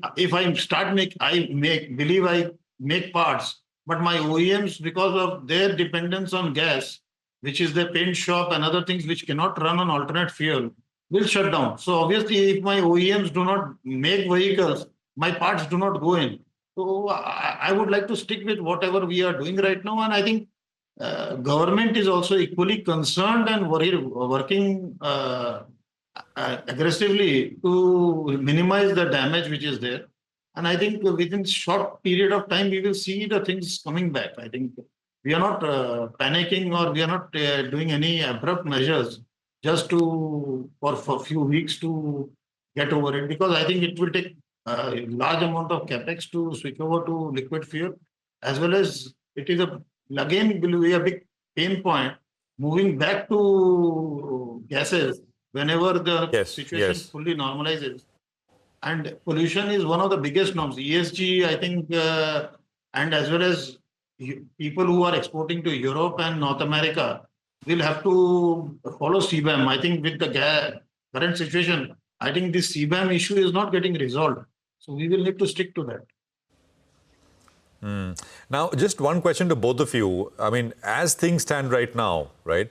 Let's assume, say, one more week, which will be 4 weeks in, and so a month-long war, and it comes to an end. You know, some damage has already been done. Like, for example, we heard from Qatar Energy saying that 17% of their export volumes have been disrupted. And so, you know, one is resuming supplies, the other is damage already done. For both of you, and Mr. Krishnan, if you want to go first, assuming this is like a month-long thing, will there be any implication for numbers, and to what degree? As what Naresh has been saying, we are likely to pull ahead, chug along, forge ahead, but the rest of the industry may not be so lucky. There are more critical processes or fine processes within the manufacturing sector that will require inputs from gas. And gas availability, if it is not resolved, would result in an overall demand, not demand, but overall end customer not producing enough. Because they are an aggregator. Ultimately, all OEs are huge aggregators of various kinds of products. So my question is, accounting for all, nobody is producing in a vacuum, right? It's all interdependent, as Mr. Jaran also outlined, as you were also saying. So taking all that into account, interdependency and end production cards or whatever, you think a month-long war, will your business, will it show up in your business in terms of numbers, volumes, sales, or the bottom line? We don't see this in the short term. Long-term impacts are yet to be resolved. But I also believe a lot in resiliency. The whole system will reconfigure itself. India will find newer sources of gas to run. And somewhere, I don't know, the industrial consumption in India is hardly 10% or 3% of overall gas consumption. I don't know if 3 is a reliable number. But if numbers are as low, government will also make alternate arrangements. And see, government is also very clear that industry has to power the economy. So they will go all out to ensure that we have the adequate fuels. And within gas also, there are options. Within liquid fuels and gaseous fuels, there are options available for industry. Yes, they have cost implications. But given all this, I think resiliency will prevail. Mr. Jalan, a quick question then on, other than, of course, the LPG shortage, etc., that the industry is grappling with, costs have also gone up. Can you give an indication of the overall cost inflation that you have seen in Q4? No, I think right now in Q4, basically, if we say, I think first 2 months of January and February, we did not face any cost inflation. But yes, in the month of March, I think we are facing inflation due to this war, only mainly in gas, related gas and fuel. So I think that's not going to damage or anything for this quarter. But overall, next year, we will need to see how the crude and overall gas environment settles. I think for me, I'm very optimistic that I don't think that this war is going to continue forever. And within a week or 10 days, if this settles down, everything I think will take 2 to 3 months, but we'll come back to the natural way of working. We will be able to maintain our FY27 guidance, whatever we have been able to make. Mr. Krishnan, can you help us? What has been the cost inflation for you in Q4 versus 3 months ago? Jan, Feb, nothing. But overall, general trend has been wage costs are going up right across the country. And that's not related to this war or anything. Over a period of years, wages are have gone up and are likely to go up, particularly in an intensive sector like ours. So we see labor costs as a concern over a period of time. Not in Jan, Feb, but this a secular trend. From March onwards, we see a huge increase in particularly second half of March in fuel costs. LPG costs have gone up like 2.5 times. Furnace oil is going up, already gone up by about 30-40% and is expected to slide to around 80% or so of increase. 80% increase to prior prices. So all these things are going to make an inflationary impact. We also see a huge trend, which is in the price of carbides. This comes as a kind of a blow from the side.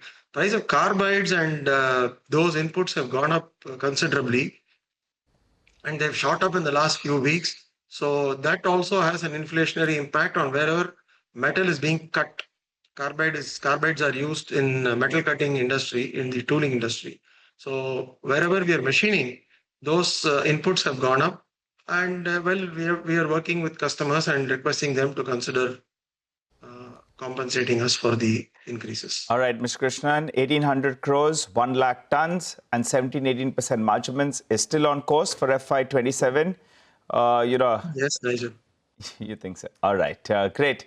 Appreciate you all joining in, gentlemen. Wishing you all the best, and for the good of everyone and for good of your industry as well. Hopefully, we do see some kind of resolution and de-escalation to this ongoing war in the Middle East. For the time being, we slip into a short break. On the other side, the management of MedPlus is waiting for us. They'll talk about the impact of the West Asia war on business and the outlook ahead.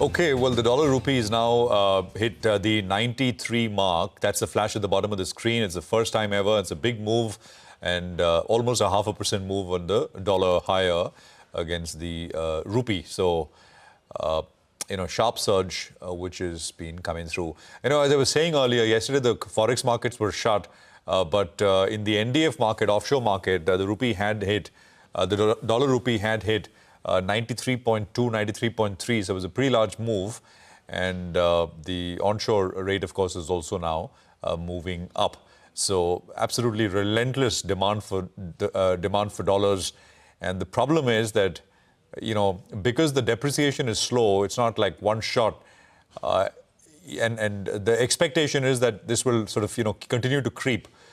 So if you're an exporter who's sitting on dollars and you don't want to sell and convert unless you absolutely necessarily want to, because you're expecting that this is essentially going to keep going and you'd find better rates. So in that kind of a situation, the only supplier of dollars is the Reserve Bank of India at this point, and supplying of dollars they have been doing. Actually, the scale of intervention, the scale of supply has been pretty large over the last 10-15 days or so. Both, I think, in the spot market, but also in the forward market. And I was talking to Jayesh Mehta earlier. The forward book for the Reserve Bank now, by some estimates, around $100 billion US. So, it's like a vicious cycle, but that's where we are at this point. So 93.1, to keep an eye out on this one. We were at about 93 plus something, right? So 93.12 now. So it is continuing to move in front of our eyes as we speak. So we'll keep the rate on at the bottom of the screen. Now, the other big story, and we'll come back to the currency space in just a bit. India's obesity and diabetes drug market is on the verge of taking off. Semaglutide, the molecule behind Ozempic and Wegovy, will go off patent this Saturday, paving the way for low-cost generic drugs to enter the market. Ekta Batra is here to tell us how this could reshape, India's diabetes and weight loss markets. Ekta, tell us.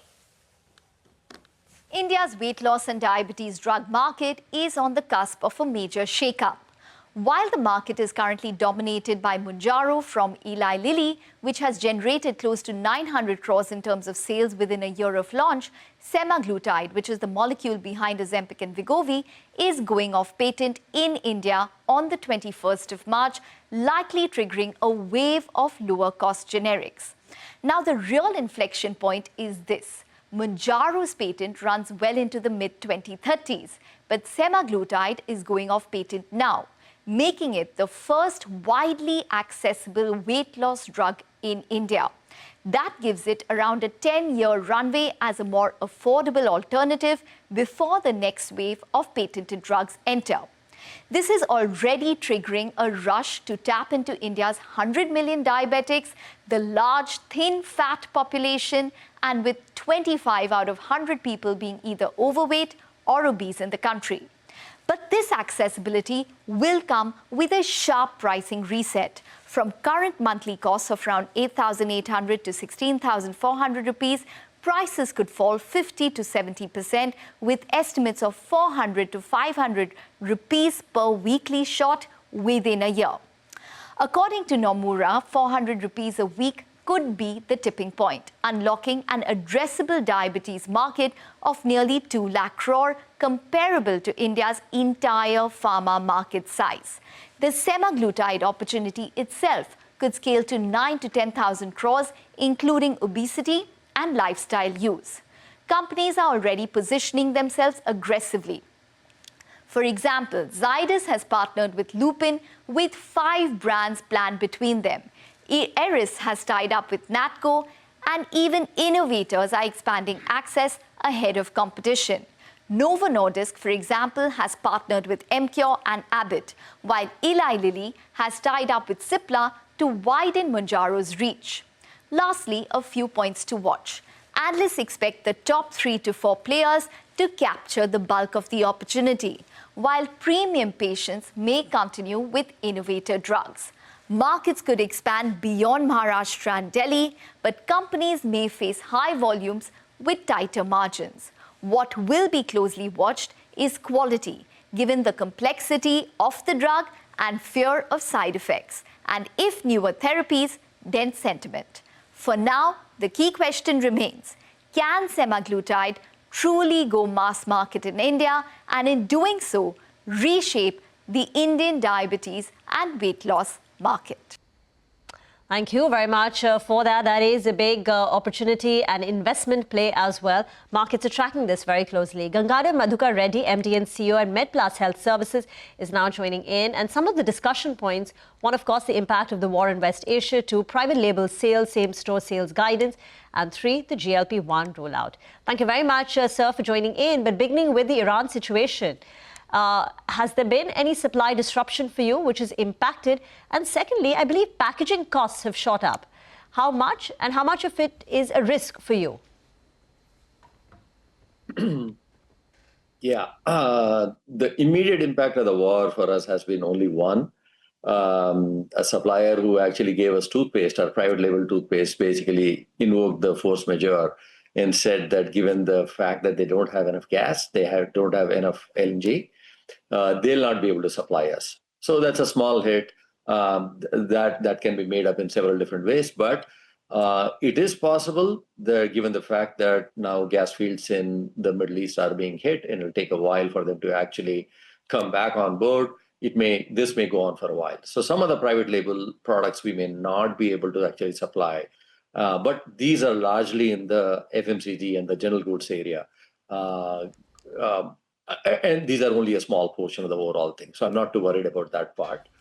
On the packaging side, given that for the general goods, typically 50% of the cost of the product is packaging for any hair care, skincare product and all that. We will see a slight increase. Most likely for the private label will probably absorb the cost. But I'm pretty sure the brands will also absorb it for a while. But that will mean slightly lesser profits on the private label thing for a little while. We also have seen a small increase in the fit-out cost in our stores. Typically, we spend around 10,000 rupees per month per store when we set up all the plastic boxes and all. We just saw the price double. It's just that someone is being very opportunistic out there and selling a product at a much higher cost. I don't think it warrants it, but we are in no position to wait for it. It's a small enough cost. So, we will see some of those small increases, which we will, take in the capex side for some of our stores. As things stand today, will you be able to quantify the pressure on margins since you are absorbing the cost? I wouldn't say it is very significant, mainly because of this. MedPlus has always been a huge discounter. Our general goods, where we see the price going up slightly, we used to discount by 40-50% of the market price. We may end up actually increasing the price by 5% or so in some cases, or absorbing some of it in some sensitive areas. But otherwise, I really don't see a significant, I would say, decrease. And other than toothpaste, which are the other private label products of yours where you've seen an impact because the vendor is not able to supply the product? And how many such products are there, and what percentage of your overall private label sales would you say is impacted? Very small portion, I would say. This is the only guy who came off the blocks immediately after the thing got hit. Maybe some of the suppliers will also come back with some supply constraints and all, but I don't expect it to be very high. It may mean that we'll end up paying slightly more if they switch from one type of fuel to other type of fuel, maybe electrical side and all, if they can. Maybe the cost will go up slightly, but I'm not. Luckily for us, we are not in an industry where this will really hit us. I'm pretty sure this will hit other areas of the Indian industry, but not us, I think. Got that. On semaglutide, you plan to stock multiple brands and even launch your own private label. How meaningful can this category become in terms of sales? I am super hopeful that this could become really big for the overall pharma industry. I'm not sure how much of that will translate into sales immediately at our counter because all these drugs are dispensed as injections. And typically, patients end up wanting to get the doctor to dispense it or, administer it usually. So the first time, second time buy may usually be in the clinic or the hospital itself. But as, people get used to it, and given that this is a high ticket price and we give a pretty significant discount, I think once they start buying in the neighborhood, we'll probably start seeing some of those sales. So that's for us. And once we do the private label, obviously, we will be the price leader in that whole thing, whenever we launch it. So there also I see, a lot of positives for us. On the other hand, the drug itself, I think, will be pretty big, given the fact that it has so many different uses, actually. But the primary use being obesity and the secondary being diabetes. I think taken in small doses, this is fantastic for all diabetic patients. Given the fact that this has now come off patent, it's going to go reduce in price significantly. Even if it is at around 2,000 rupees per monthly, per month kind of bill, I think a lot of people will be able to afford it. The average ticket size for a diabetic customer in our store is roughly around, they of course buy all the other drugs also. It's not just the diabetes drug. The average ticket size is around 1,800 to 2,000. So it will mean double. So that way it looks high. But the thing is, it is not really a significant portion for a lot of the people. All said and done, a lot of people now can afford that 24,000 rupees per year. So given the fact that it is super beneficial and it is not super expensive, given that it has now become generic, I think we will see an explosion. But it will take time for two reasons. A, there are, small side effects out there. Nothing major. People have to just get used to it. And two, and B, in the way it is administered. It's an injection, so people will take a little while because the insulin users are probably more comfortable taking this initially. But the other guys who are only using oral tablets may, take a little while to adapt to this and start using it regularly. But you said, right, even for you, the sales of this from other brands that you stock, it will take some time. So perhaps the revenue opportunity is not FY27? It will be FY20. Do you have any timeline in mind? And when do you think you will launch your own private label on this? We will launch it in the next 2 months max. We're just waiting for a couple of things to happen out there. That's all. But the drug is available for everyone. We can meet the MOQ of any of these drugs. I don't think there's a problem at all. So we will launch it next couple of months, I think. When will the sales start shifting to our thing? It probably will take 1 quarter. It is a pretty, while people will have this notion of the administering issue, it is a pretty easy drug to inject. So it will not take more than 1 or 2 times of use for people to get used to it and start doing it themselves. Once they start doing it, then they will buy it in the neighborhood. They will not go all the way back to the hospital or clinic where they initially got the prescription. So have you worked out the numbers? You said your own private label for this weight loss drug should be out in the next 2 months. What is the kind of investment you've put in? What will be the initial production numbers? What are the sales that you're expecting? Difficult to say. We will see how things are moving before we give any guidance of any numbers out there. I am positive it'll actually be a big thing, but I'm not sure how quickly it will take on. That's all. Okay. In terms of investment, in terms of your own investment that you're committing? No, not significant. Not significant. Yeah, I mean, even if you buy 1 lakh doses, it's not going to be more than, let's say, 12 crores or something like that, right? 20 crores max. Right. Max. Got that. And just one final question then. How has the quarter been? Are you on track with your store expansion? What is the guidance for FY27 and the same store sales growth for Q4 and next year? Everything on trend. There's no surprise. We continue to grow. we continue to put in more stores, we will, be on target for whatever we promised as the store expansion, and most likely on the top line as well as the EBITDA and all. Nothing surprising and nothing out of the ordinary. Okay, thank you very much, sir, for joining in. That's a word coming in from MedPlus. But let's address the rupee in this slide. We opened up lower at record lows, but since then, we've swiftly fallen some more and now crossed the 93 mark. Naveen Mathur of Anand Rathi Shares and Stockbrokers is now joining in. Naveen, thank you very much for joining in. Can you tell us, in terms of the dealing rooms, what's happening in the first 45 minutes since it's open, 1 hour since it's open? Yeah, thank you very much for having me on the show, and good morning to all of you. Yes, you are right that the rupee opened lower today from the previous close. Yesterday was a holiday. So we have seen the rupee closure on Wednesday at around 92.64.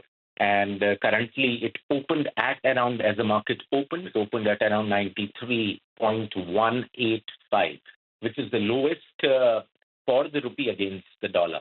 Currently, it is around 93.1415.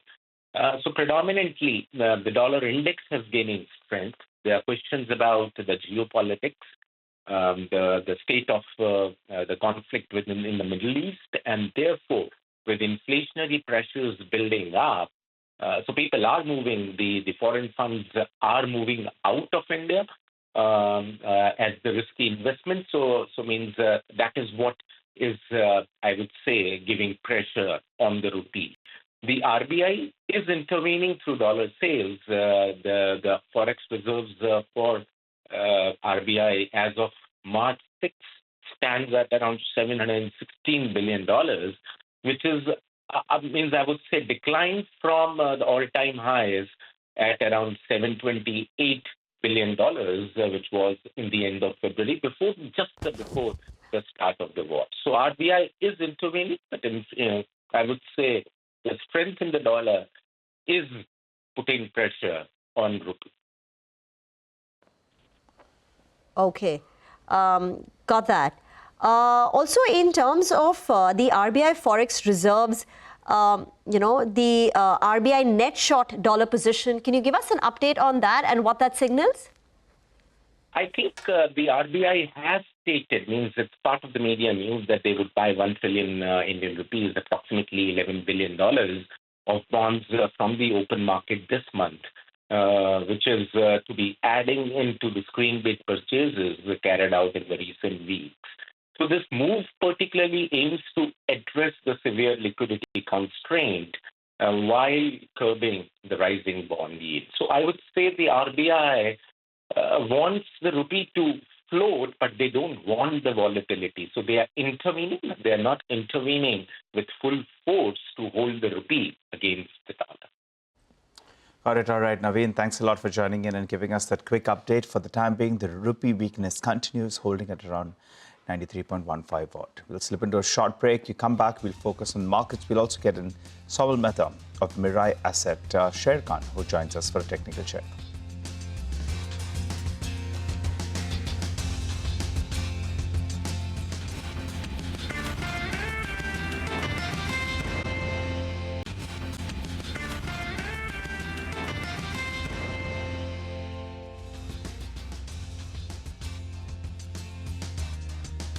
Welcome back. We continue to hold on to gains as we speak. In Reliance Industries, actually, that big boy, it's up only around 2% or thereabouts, 2.4%. But that's the biggest contributor on the upside today.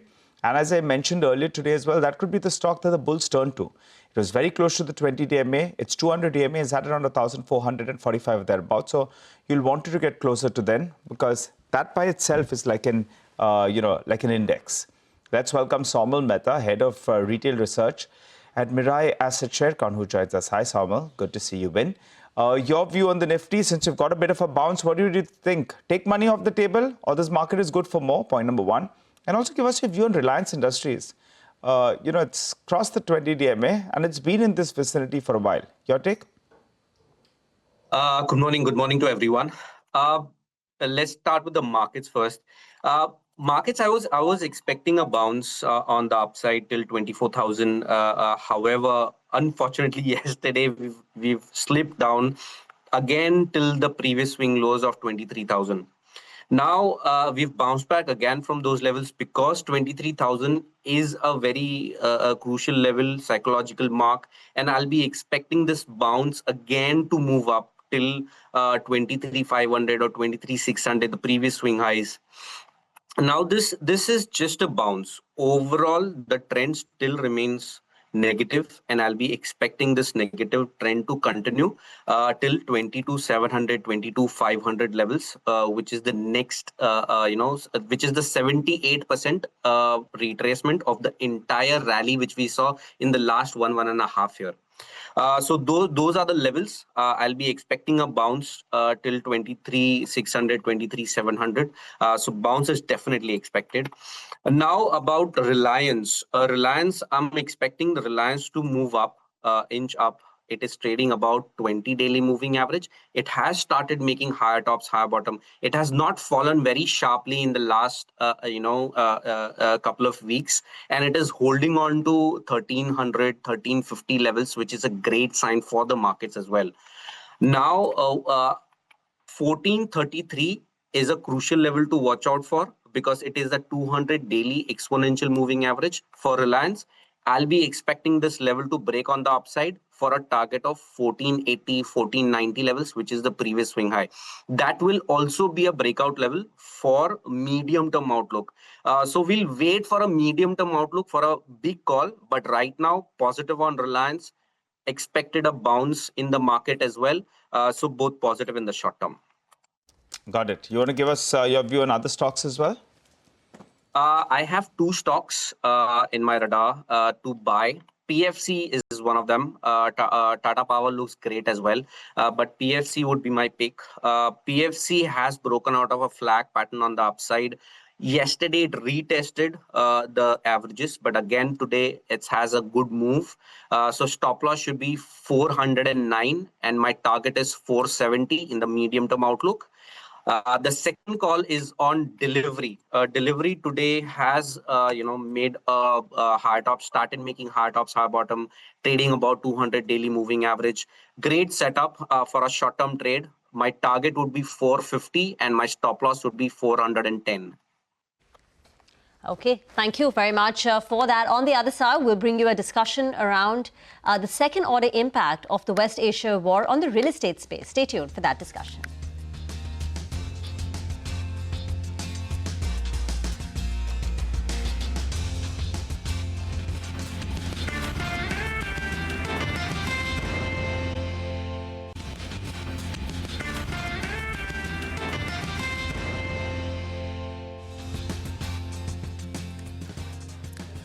Welcome back. Markets, of course, holding not at the day's high. They've come off actually as the rupee has moved up, right?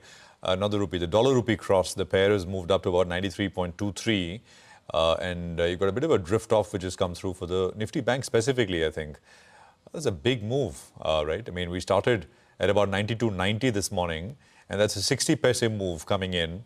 Early on, this is still, what, an hour or odd. As far as market open is concerned, a little over an hour or so.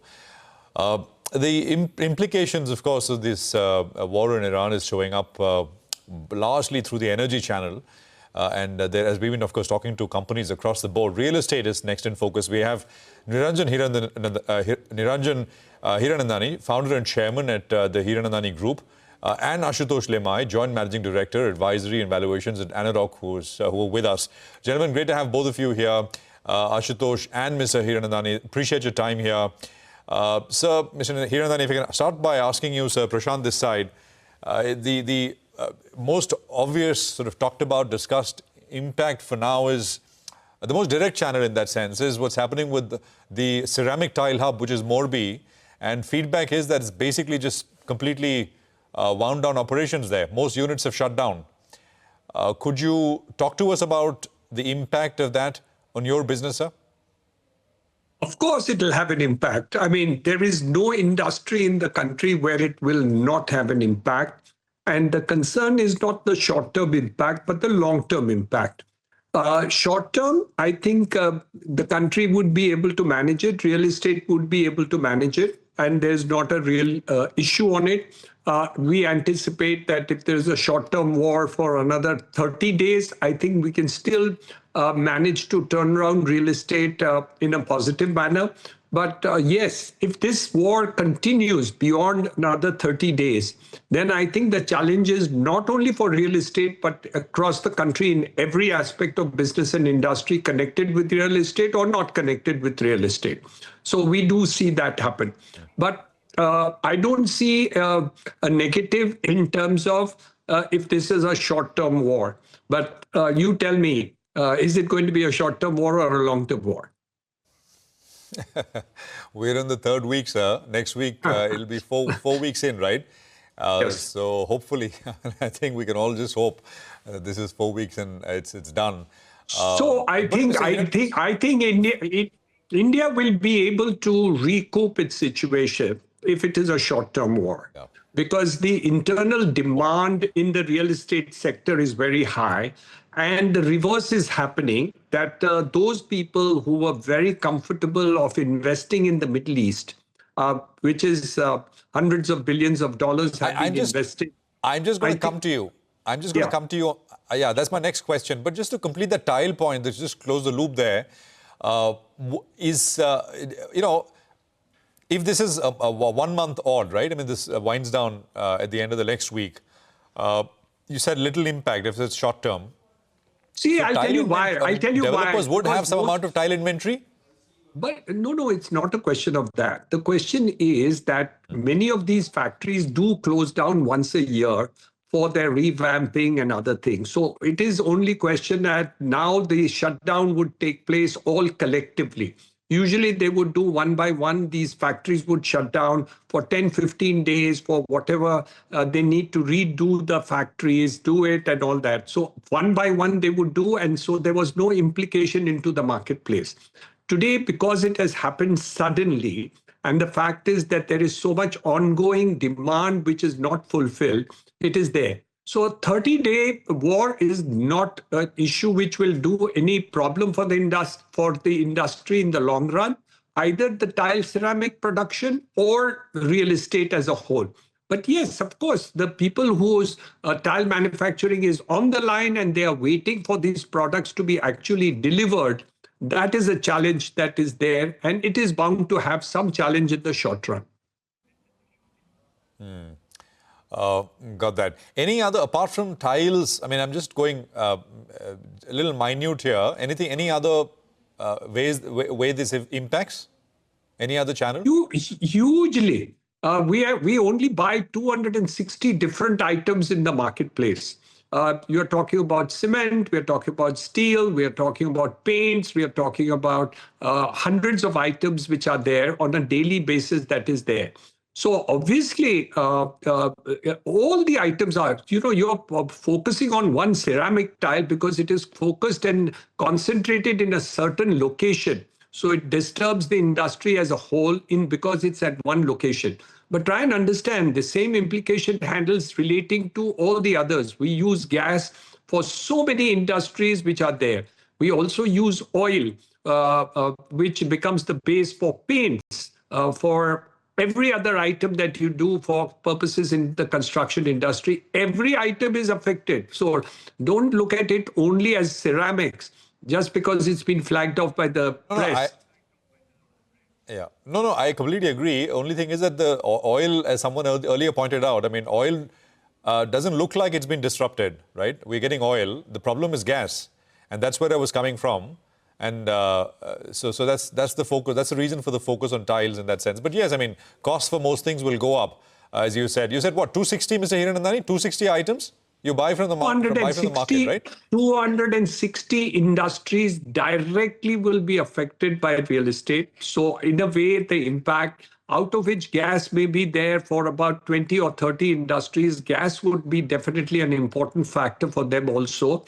And it's across the board. So it will be affected, of course. And most of them will try to do a shutdown at this point of time because they normally do an annual shutdown for the purposes of renovation, repairs, upgradation, and all the other problems. So I guess that's the kind of sabbatical we will have to take in terms of production of supplies. Yeah, yeah. Ashutosh, let me bring you in as well. Just first thoughts, top down. How do you see this? You heard Mr. Hiranandani, short term should be able to tide over. Your perspective? Yes, I do agree with Mr. Hiranandani. Short-term impact, I think we are capable to withstand that.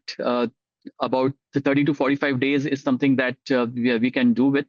All good developers and industry as a whole, they do have certain contingencies which are inbuilt into the business plan. So up to a limit, the contingencies can take care. If the war and the unrest get stretched beyond that, then the pressure starts feeling. So far, most industries are able to absorb the impact and are not passing it on to the consumers by and large. But there will be a limit of their absorption and holding power. If it continues beyond 45, 60 days, then they will have no choice but to pass on those burdens. And then the real impact will be felt. So short term, it's fine. Long term, the war better end soon, so that we don't have to deal with the long term impacts. Mr. Hiranandani, you started speaking. I interrupted you there. That real estate, right? People who are buying property all over the Middle East, Dubai, and things like that. Now there's suddenly question mark over basic security, etc. Right? It's exposed certain things which perhaps were always there but were overlooked because this has not happened before. So you think people will turn their attention to, I mean, that cohort which is going there will either stay or will buy real estate here? Is that a proposition? It's not a proposition, it's a reality. Any person in his good sense is going to look at investment into India rather than in the Middle East in the near future. So I don't see that that is a reality which is going to happen. And you will see an improvement in terms of investments from the Middle East, from the rest of the world coming to India rather than in the Middle East. So that is going to happen. And I do believe that Dubai received billions of dollars every year for the purposes of real estate investment. That will turn back to India is what my belief is. And I think the demand, in fact, at the higher end, at the top end of the market is certainly going to grow. The middle end will also grow. But all in all, I do feel that the situation will be the reverse. So you will get much, much more investment coming into real estate in India rather than in the Middle East in the next 1 year to 2 years. And we'll track that shift, we'll track the flows in terms of that change, relatively speaking, that you were alluding to, Mr. Hiranandani. Thank you very much for joining us, sir. And let's just hope, as you said, you asked me when do I think this will end? May hopefully next another week, hopefully this weekend, if it was up to me. Thank you very much for joining us. Ashutosh, thank you very much for being part of the program as well. Appreciate it. I think we are going to just take a quick break here. 250 odd points on the Nifty, 23,250. It's a wrap on Bazaar. More coming up on the other side.